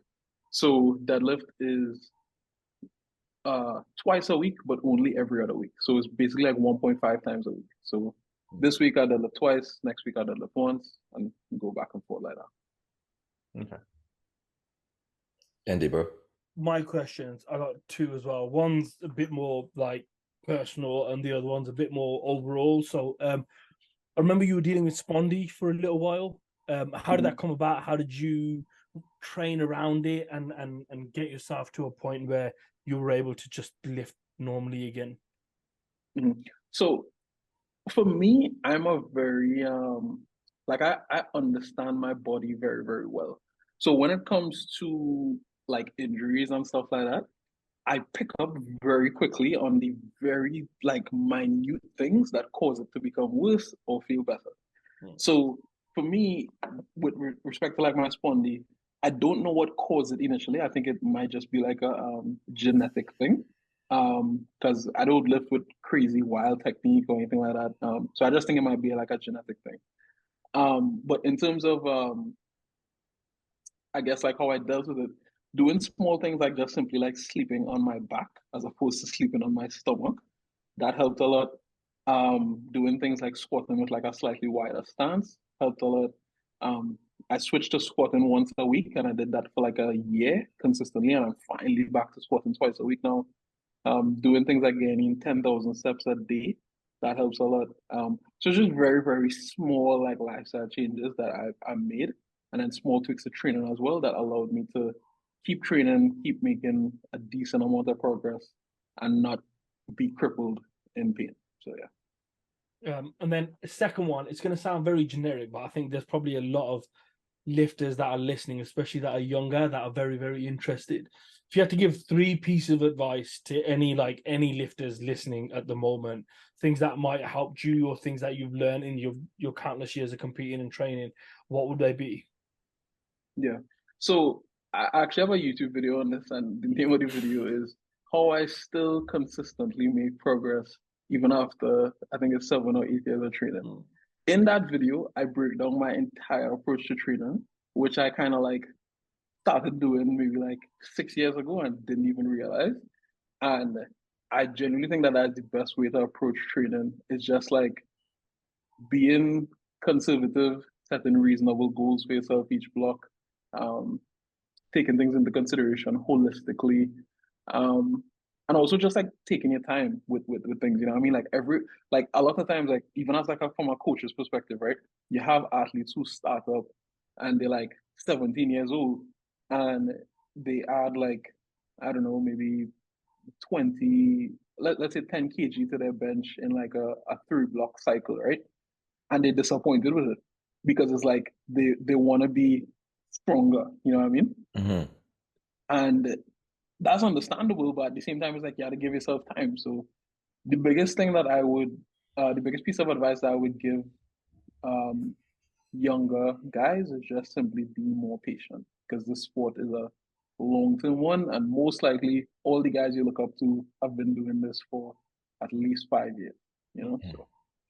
You know, and just for everything, Rondel, thank you again for coming on. I know Joey, hold on. Joey, before you close up, Rondel, what do you think? How do you rate your genetics out of 10?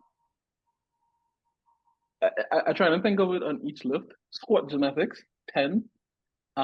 Bench genetics, I would say maybe like 9 because I have a really good bench. But if I had like if I had a higher arch, I would have an exceptional bench.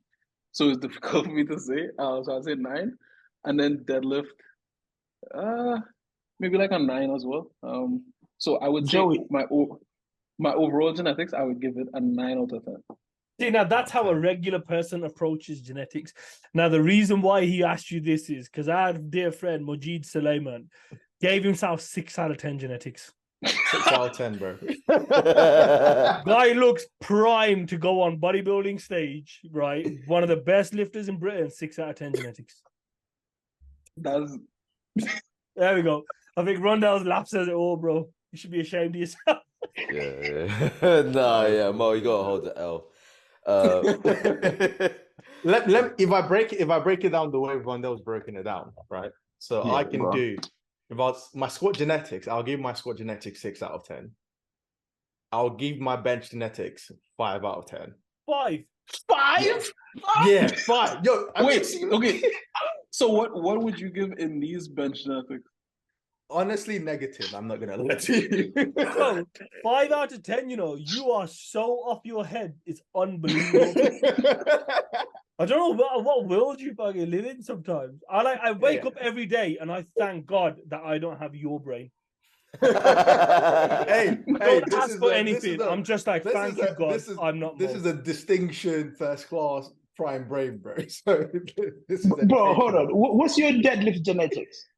I'll give my genetics 8 out of 10. So I think that you do know that you are, if not the best puller in 105 in the world.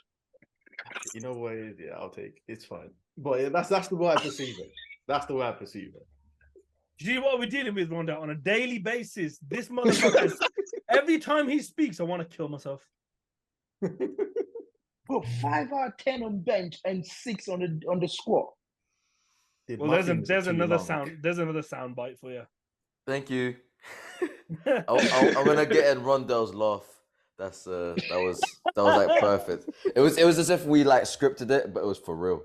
But yeah, no, Rondel, like I was saying earlier, but thank you for coming on, man. Like honestly, the chat with you has been 10 out of 10 for me, unlike most genetics. Also because of the plugins that you've had, or like this in this episode, I'm gonna try and link the YouTube videos that you've done about the whole training and the Vancouver's, and obviously I'll try and include in your discount code as well, because I reckon 1, 2, or 3 of us here will use it in the near future.